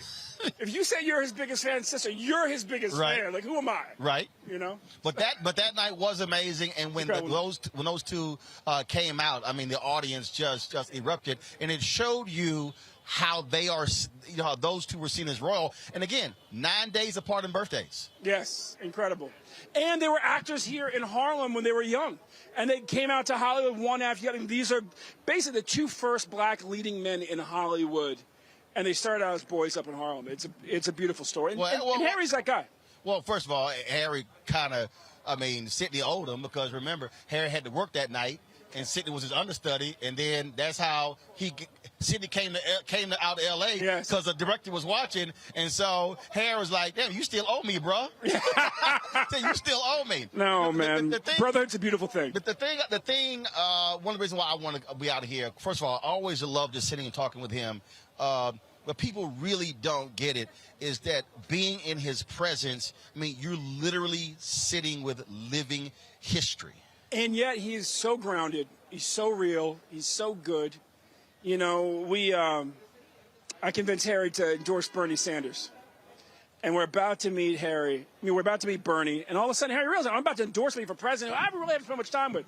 He's like, what is he again? Is he like a socialist? He's a communist? I said, he's a democratic socialist. He goes, right, he's a wimp. You know, like, that was just it. It was just straight up Harlem. You know, just straight up, he's a wimp. Which is hilarious because Dr. King was a socialist. Yes, no, that's exactly right. And, you know, Harry came from a different day, you know. And when the only thing really mattered is, are you an anti-racist? And that's what he's dedicated his life to, is fighting racism with courage, frankly, lifting all of us up. I mean, the beautiful thing about the leaders who come out of Harlem and gravitate towards Harlem is when you're young, like, they always have time for you. Right. I can remember when I was president, and you remember, because we had that walk when I became president. People are like, who is this? In Arizona. Yeah, and they're like, who is this Negro, right? And so I go to Maya Angelou's house, and she, like, and welcomes me into her kitchen, and she says, look, I'm getting old. I will do one thing for you. You just tell me what the one thing is. Well, I could never figure out the one thing that might shorten her life by a day, you know, so I never asked. Really? But Harry was the same way. Right. You know, and Harry had more vitality, so I asked a lot of Harry. But, you know, Harry was just, at the end of the day, he was a brother from Harlem. You know, yes, from Barbados, yes, from, you know, from the Bahamas, like the whole Caribbean heritage, not taking a thing away from that. He came of age of Harlem, and he understood, basically, if you were young and came up through Harlem like I did, like, he was going to make space for you. So I'm going to tell this story, and it's before we go, because we got to get inside. So I don't let nobody call me the N-word.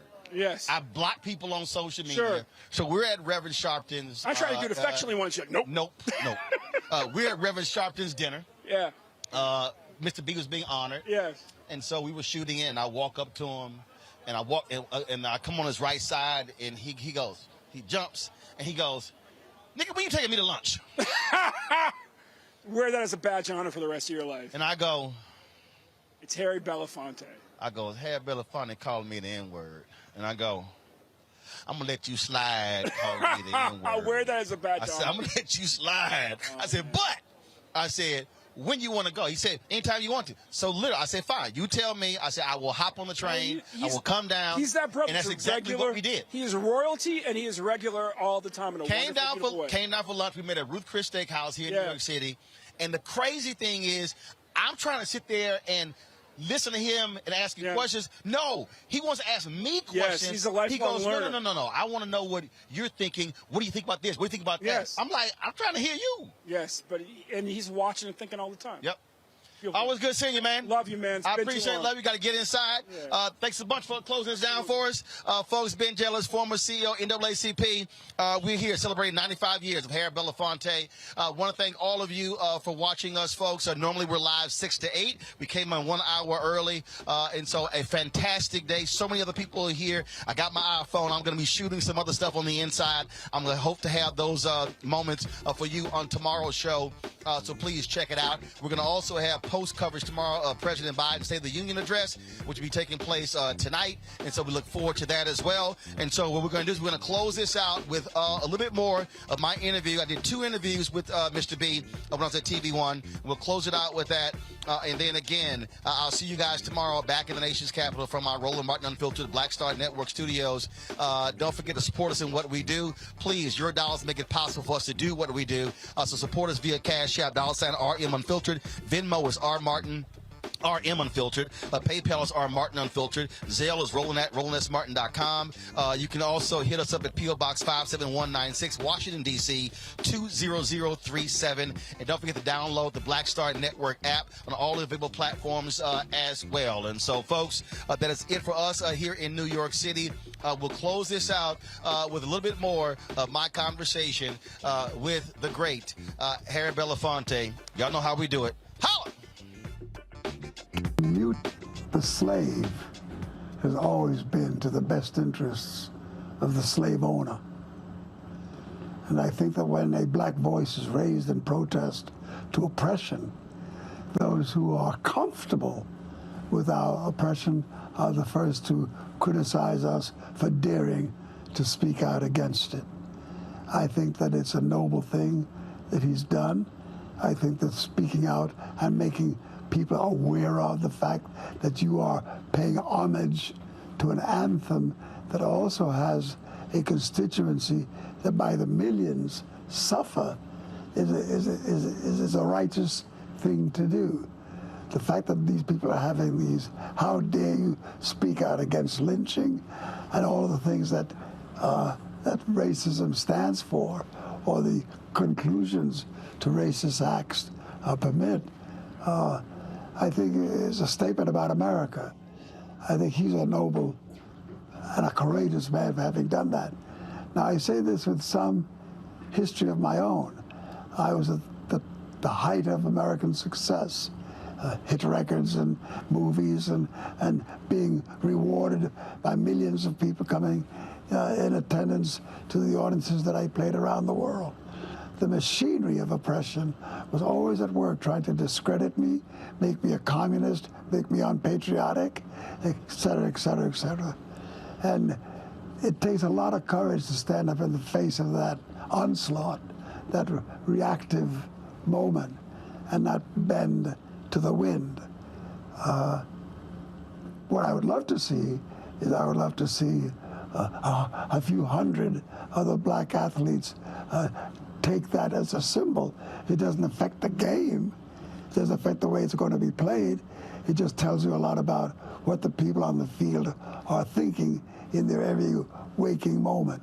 A. Philip Randolph once said, if you are comfortable with my oppression, then you are my oppressor.